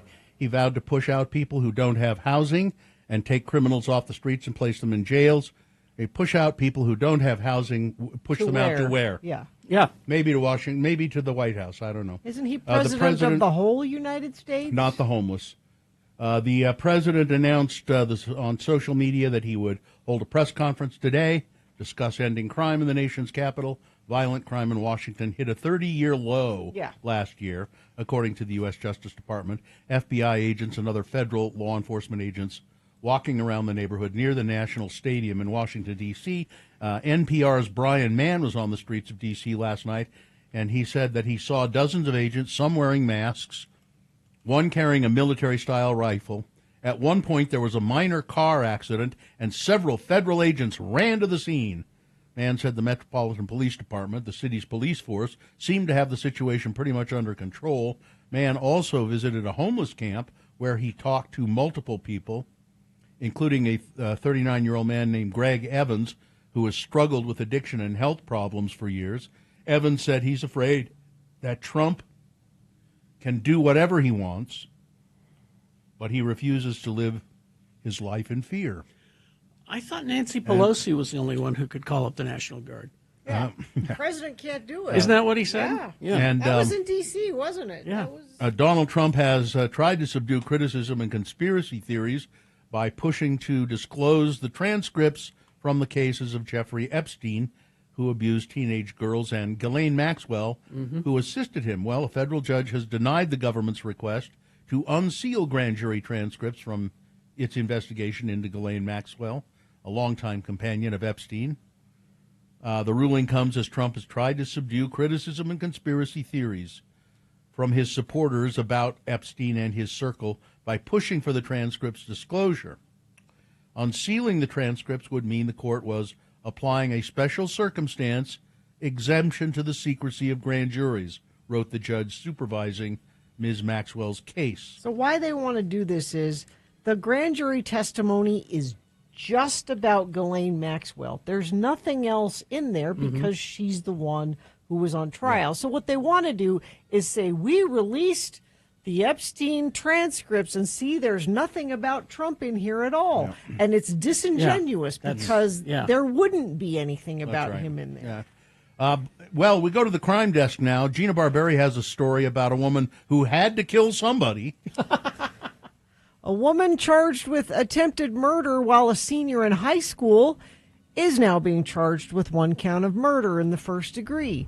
Patricia Ruth Holt, 57, is accused of killing Carl Joseph Donaldson, 47, who was her boss at the time of the alleged murder, which saw Donaldson shot in the head. Both Holt and Donaldson worked at the Hutchins Trucking Yard in northern Texas when the incident took place in July. When Holt was 18 years old, she arrived at school with a loaded 12-gauge gun and threatened to kill her teacher, who removed her from an English class because, quote, she had behavior problems. At the time, Holt was a senior in high school living in Red Hook, New York. Holt was incensed when she arrived at school and realized the teacher wasn't in the classroom. She made her way to the teacher's lounge where she was disarmed by 2 other teachers and then arrested. Holt pleaded guilty to attempted assault and received 5 years probation due to her young age. At the time of her recent arrest, she's living in Texas, working for the North Texas-based trucking company. According to the victim's widow, Holt did not like being told what to do and would fly by her boss, which is what happens. Does? And then when you're in school, your teacher is your boss. Yeah. So same kind of thing. She had to kill somebody. When things escalated, Donaldson tried to calm the situation, but instead Holt reportedly turned on him and shot him. Then she went and locked herself in one of the cabs of the trucks because it's a trucking company. And it took them 4 hours to get her out of there, but they finally did and arrested her. The horror film Weapons and the body swap comedy Freakier Friday emerged as the top performers at the box office this past weekend. Weapons debuted at number 1, earning $42.5 million, while Freakier Friday opened in second place with $29 million. Last week's champion Fantastic Four, The First Steps, slipped to third, generating $15.5. What did Sean Mean say about Weapons? Did he like it? Liked it a lot. He gave it 3.5. Yeah. Oh, okay.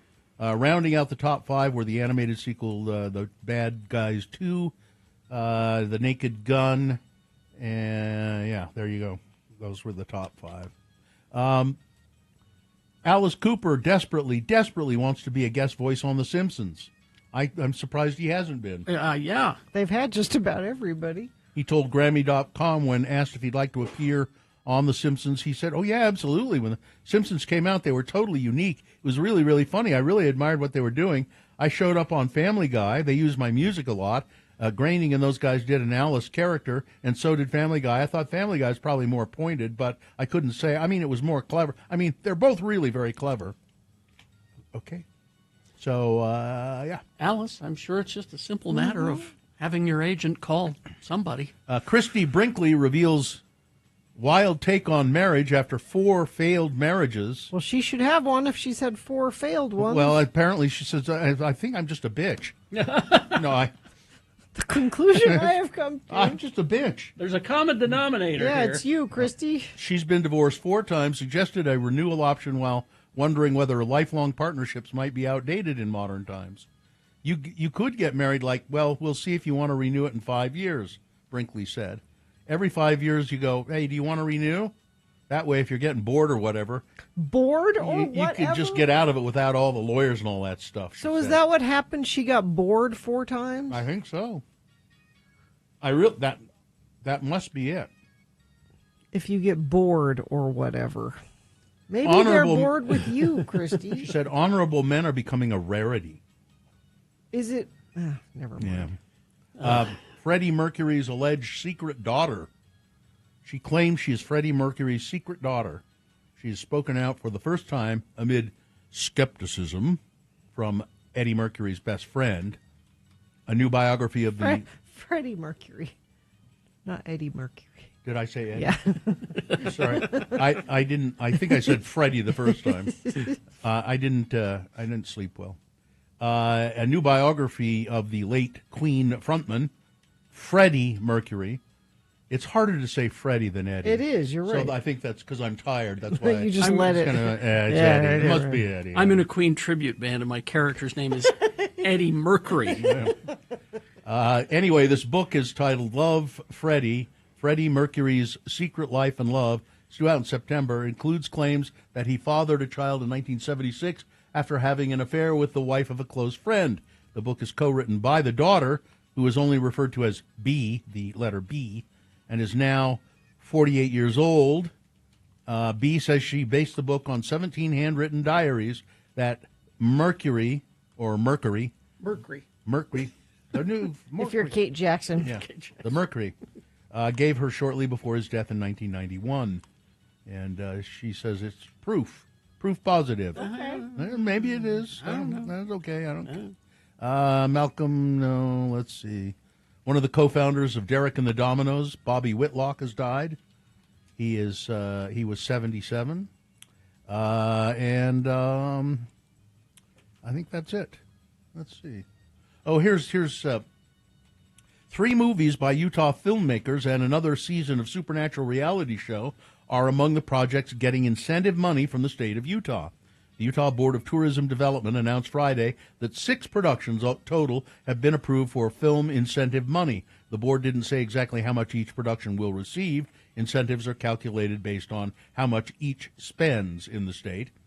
The productions, the Utah Film Commission said, would generate an estimated $7.1 million in economic impact and provide more than 400 new jobs in 6 counties. The projects that the board approved: Gabriella, a low-budget drama directed by Utah filmmaker Rob Diamond. It's finished its shoot. The film, Diamond said, will be released by the Film Commission, or said in a statement released by the Film Commission, has some of the most beautiful locations in the world. Cast and crew are top-notch. Halloween Pizza Party, a comedy to be filmed in Salt Lake, Utah, and Wasatch counties, is another. And then the 5th season, I've never heard of this, the 5th season of the reality series Mystery at Blind Frog Ranch. 5th season. It's on the Discovery Channel. Is this another Skinwalker thing? Well, it's shot in Utah County, and I think it's a fiction. It centers on a landowner who believes Aztec gold is buried on his property, but encounters strange phenomenon as he digs deeper. The production received some film money. Chris in the chat room says it's one of those ghost investigation shows. There's another one, Slay Day, thriller to be shot in Salt Lake County. EIGH or AY? AY. Oh, okay. And Strasbourg, a World War II drama. And so that's a lot. There's a lot. You're of film an activity. actor. Are you in any of these? No, I'm not. And I'm only in stuff if people seek me out and ask me to be in them. Well, we have if you're making a movie or TV show in Utah, we have an actor here. It's Bill Allred. Bill at x96.com. You can email him. And no, it's too hard. You don't want to be in a movie? I mean, I'd love to, but then if I'd said yes, and then I'd regret it. Pain in the ass. Because I feel like there were a couple times you've said yes to things, and then you would come to work and say, "Why did I say yes to that?" I know, because it was mainly just because it's too hard to do on top of this. It's just a lot of work. Weather. 73 right now, going to get up to a high of 90 today. Sunny skies. Overnight low 66. Tomorrow, warmer 95. Wednesday, even warmer still 100 expected Wednesday. Then things cool off a little bit, and we do have a chance of some showers. Not a great chance, but a chance. I'm saying there's a chance. Thursday, Friday, looks like we might see a little bit of rain. Thunderstorms possible then. Coming up, yes, I have a couple of pictures I think you guys would like to see. Okay, we'll do that next. And people can go to x96.com/live and see these pictures. They're kind of interesting. All right.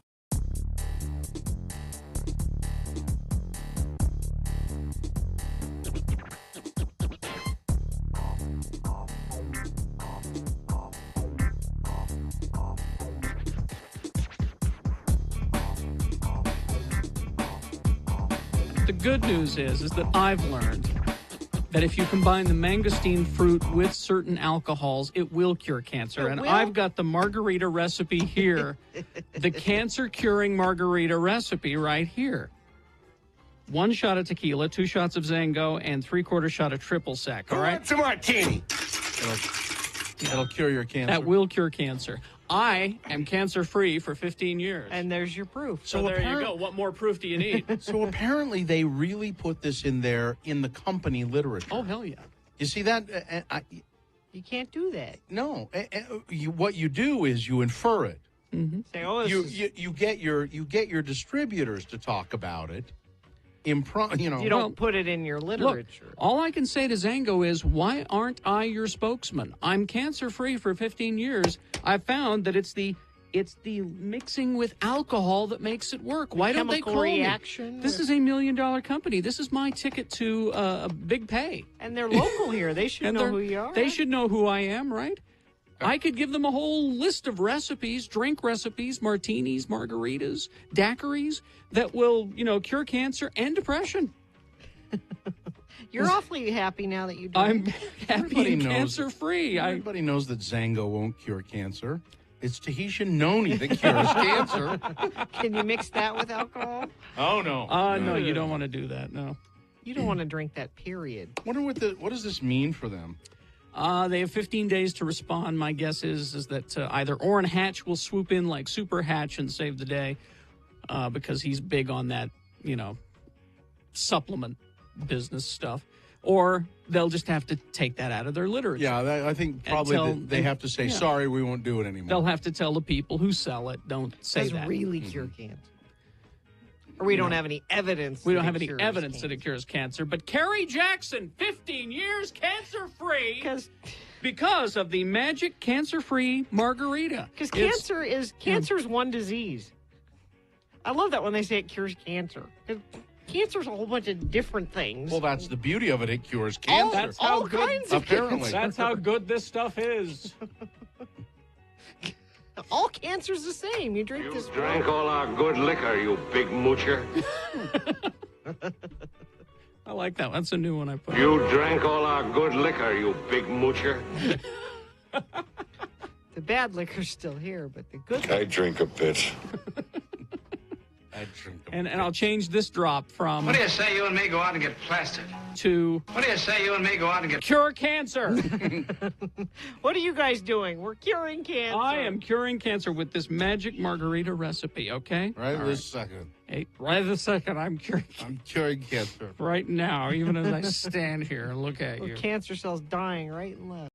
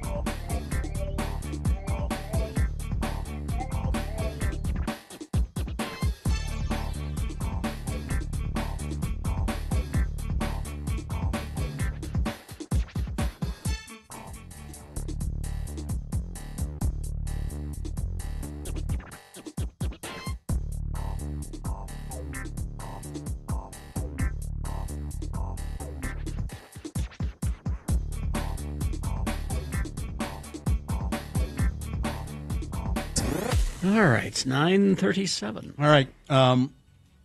Katie, that other picture somehow had gotten into. Did you find it?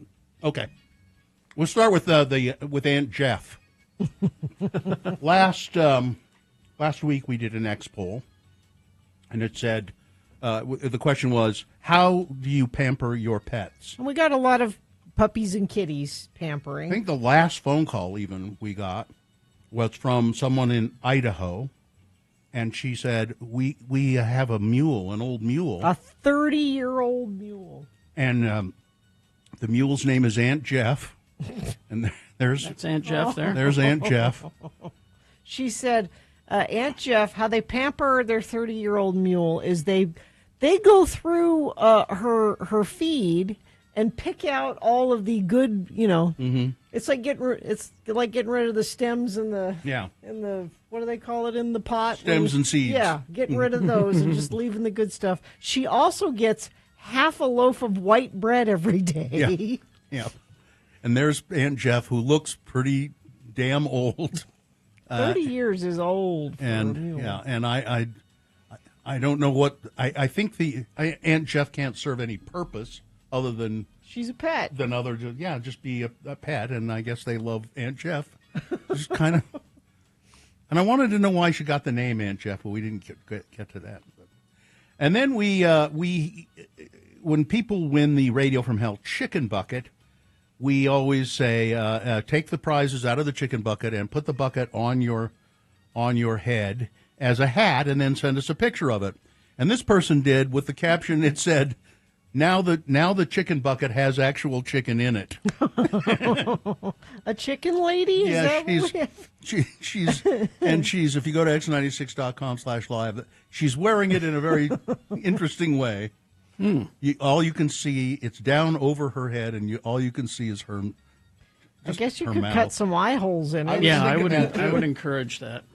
I was thinking that too. It'd be kind of fun if you cut some eye holes. Yeah, in because there. now I'm worried we're going to get sued if people start bumping into things if they're wearing the bucket on their head. How worried are you about that? Really?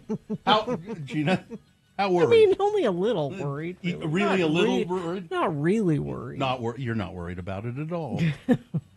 So at any rate, thanks for sending those pictures. And when you send us pictures, we do try to post them, and we'll post those on social media and all of that. But we like to see you, so send us pictures. Now send us now. What would be really good is if we had a picture of Aunt Jeff, the mule in Idaho, with a chicken bucket on her head. That would just be. I bet she wouldn't like that. That would be perfect. You cut ear holes in the bucket for the mule. Yeah. So there you go. Anyway, those pictures. I just thought those pictures, they made my weekend. Other than that, I had a horrible weekend. But why?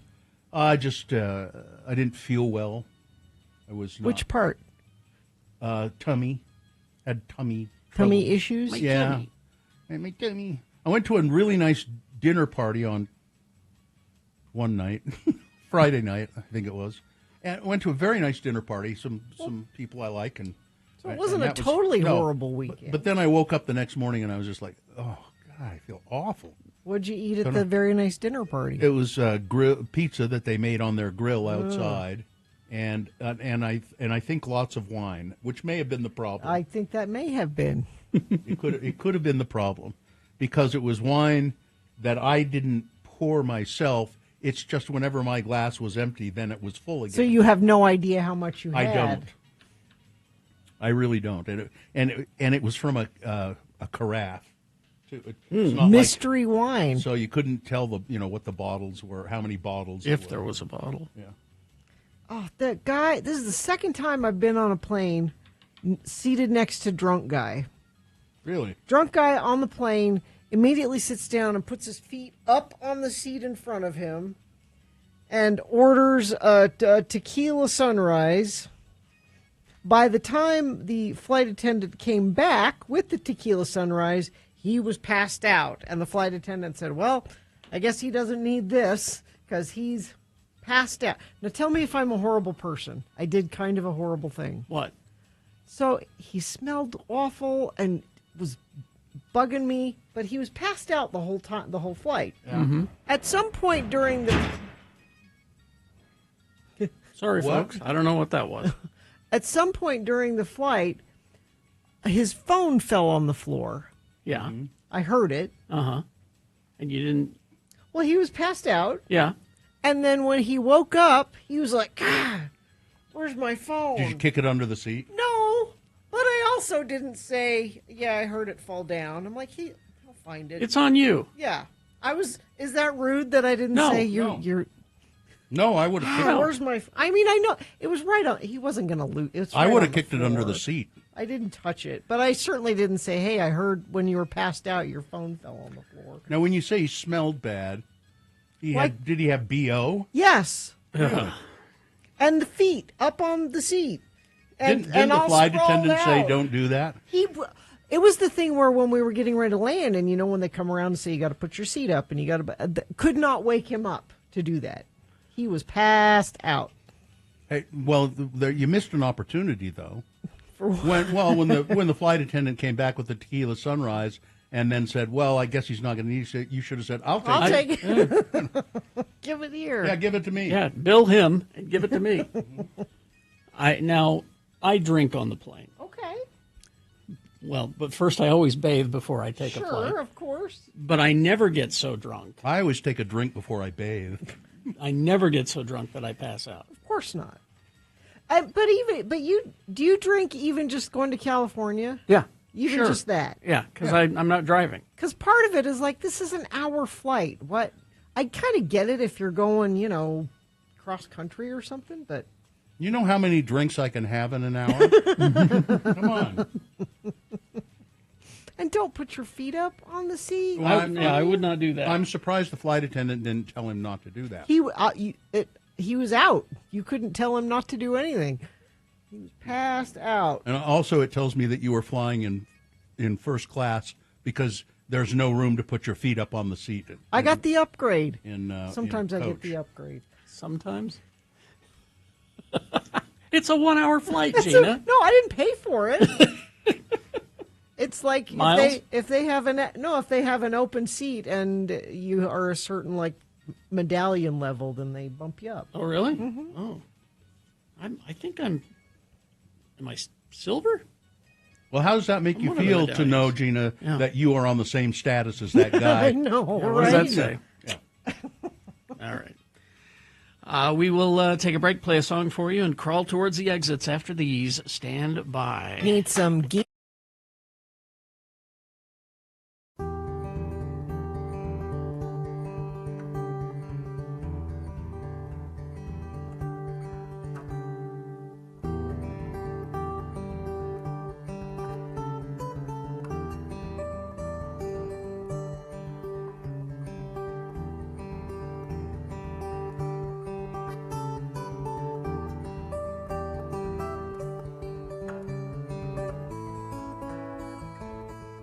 My favorite cereal growing up, though, really. Yeah? Loma Linda Ruskets. Loma Linda Ruskets? Wow. Look it up. Loma Linda Ruskets. Sure, we're not doing anything here. They're delicious. I mean, we can push the news. We can continue talking about cereal if you'd like. We got time coming up to talk more about cereal if you want. It doesn't. I don't care what we do here, frankly. No, let's push it. Did you find it? I kinda. How do you spell Ruskets? RUSKETTS or TTS or Rusk RUSCK. I don't. It's been years. I don't remember. Yeah, because Loma Linda Rusnak Hyundai. Oh, I think I found it. I think I found it. How do you spell it? RUSKETS. One T. K-E-T. There you go. Ruskets. They're compressed little bars of cereal that you put into a bowl and put a milk, and then they fall apart. Oh, they're okay. Okay, Rusket Flakes cereals. It says. Yeah, I'm seeing some with peaches cut up and put inside it on the box. They came in flakes, and then they also came in these compressed kind of bars, as I recall. There's a free prize inside. Well, not anymore. Well, it's kind of sad that prizes are not in cereals anymore. I mean, they had great prizes. Were they ever really very good? Oh, yeah. There was a Captain Crunch had a submarine.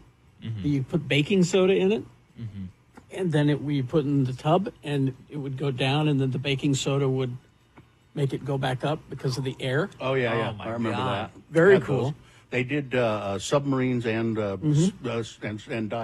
Cheerios had these little go-karts that were powered by rubber bands.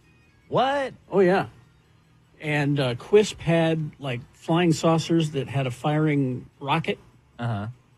And then, there were rockets with the Monster cereals, too. There were like, compressed air. And you push the tubes together, and it would pop the top of it off. Oh, here's the greatest thing about Ruskets.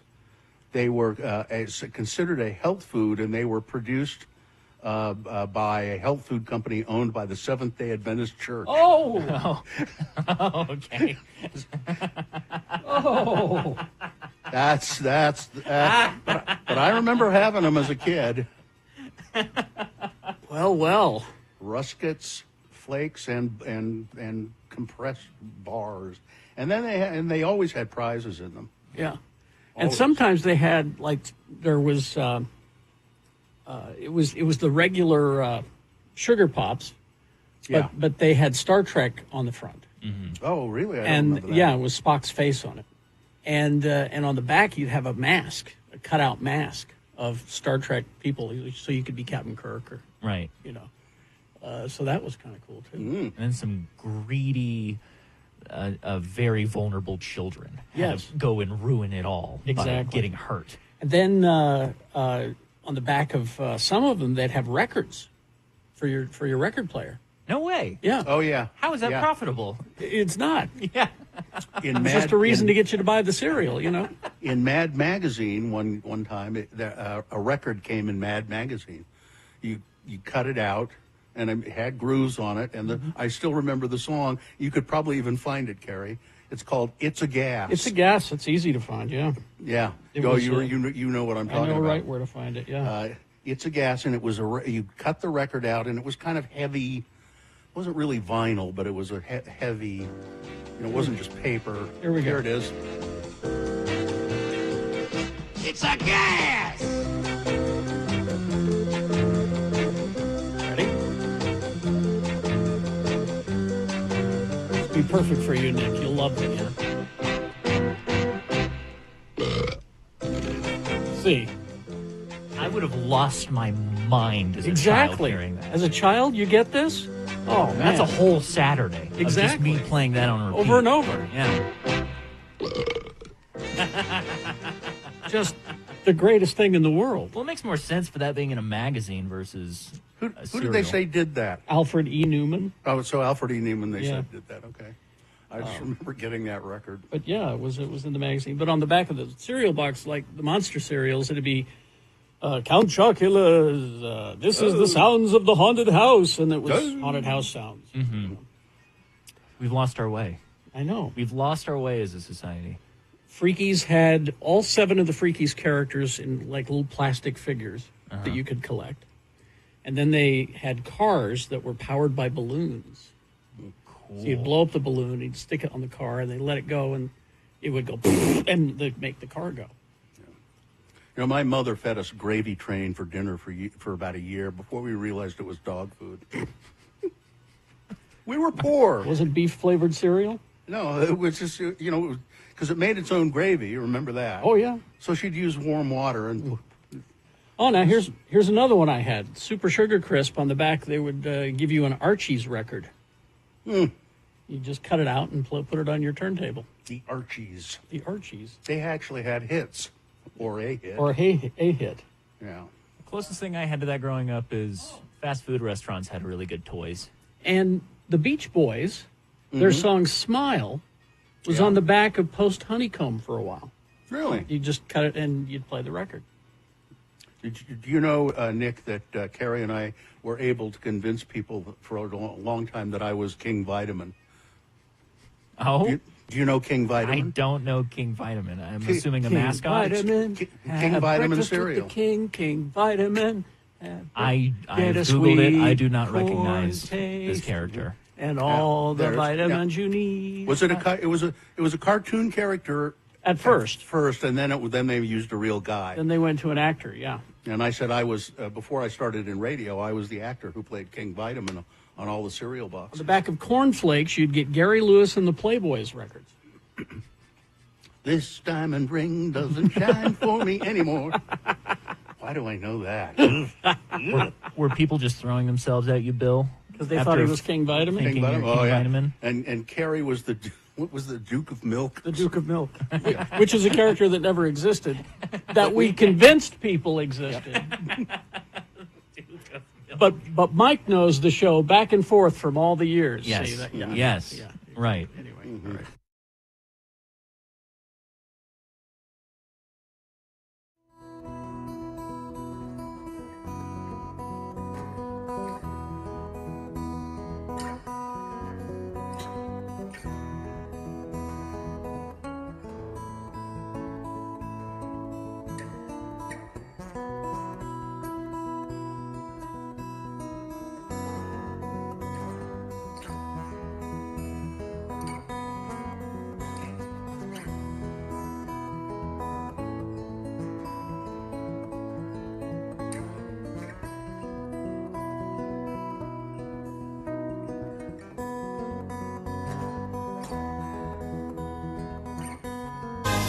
Because, oh yes, on this day in 2011, the Go-Go's received their star on the Hollywood Walk of Fame. I believe that was coinciding with that documentary, about them. Yeah. Did they just get one star for all the Go-Go's? Yes. They don't get individual. I think they should get individual stars. It was the 2,444th star on the Hollywood Walk of Fame. Aren't they going to run out of room at some point? Well, it's on other streets now, I think. As a matter of fact, they're going to start doing it on State Street here in Salt Lake. Yeah. It's all through, it's come up I-15, and it's going to end up. Put all the Utah celebrities on. No. Oh, anybody? Yeah. You just have to extend it up the freeway. That's not going to happen. No, I don't. Oh, Up your freeway. Right up your freeway. That big crash you all heard was something out in the what we call the cantina. It's not like a kitchen, and there's a big bar out there with a counter. Yeah, a counter, but I don't know what they call that material. It's like Formica, but it's not Formica. And half of it It's a composite. Somebody just bumped into it, and it broke off half of it. And it fell on the floor and shattered. That's kind of like if porcelain. someone's foot had been there, that would have. Oh yeah. You'd be in a boot like me. And it's weird that it's just half of it. Half of the bar just broke off. The top of the counter just broke off, and fell to the floor and shattered in hundreds of pieces. I predict it's never fixed. I think you're right. That would be my. Yeah. I predict it just stays like that. Yeah. As a matter of fact, I think they'll just take it all out. We could do a countdown. Day 1 of the countertop. Okay. Day 2. Have they fixed it yet? No. No. All right. Let's do the promo and crawl towards the exit. For Tuesday's Radio from Hell show, we're throwing open the phone lines. Can we do that? Can and will do that. 877-602 is the number for... Hello? Yeah? What? No, I don't think you did the whole thing. You didn't do the whole number. Did I? No. Oh. Let's start over. What? We're almost done, guys. You're tired too, aren't you? Yeah, I'm sort of preoccupied. Let's do it again. Here, and let me do this in there. Hello? Yeah? What? Oh, okay, yeah. Oh, yeah, fine. Cut out a line of mine. Fine. For Tuesday's Radio from Hell show, we're throwing open the phone lines. Can we do that? Can and will do that. 877-602-9696 is the number for... Hello? Yeah? What? Questions, comments, criticisms, or jokes. Radio from Hell Tuesday morning here on X96. Sorry, Bill, you'll land. I could have given you that last one. I know, that, which is always my favorite one to do. Here on X96. All right. I think we're good. Fine job as always, Katie. Live long and prosper, bitches. Don't you know who I am? Day one of the broken counter.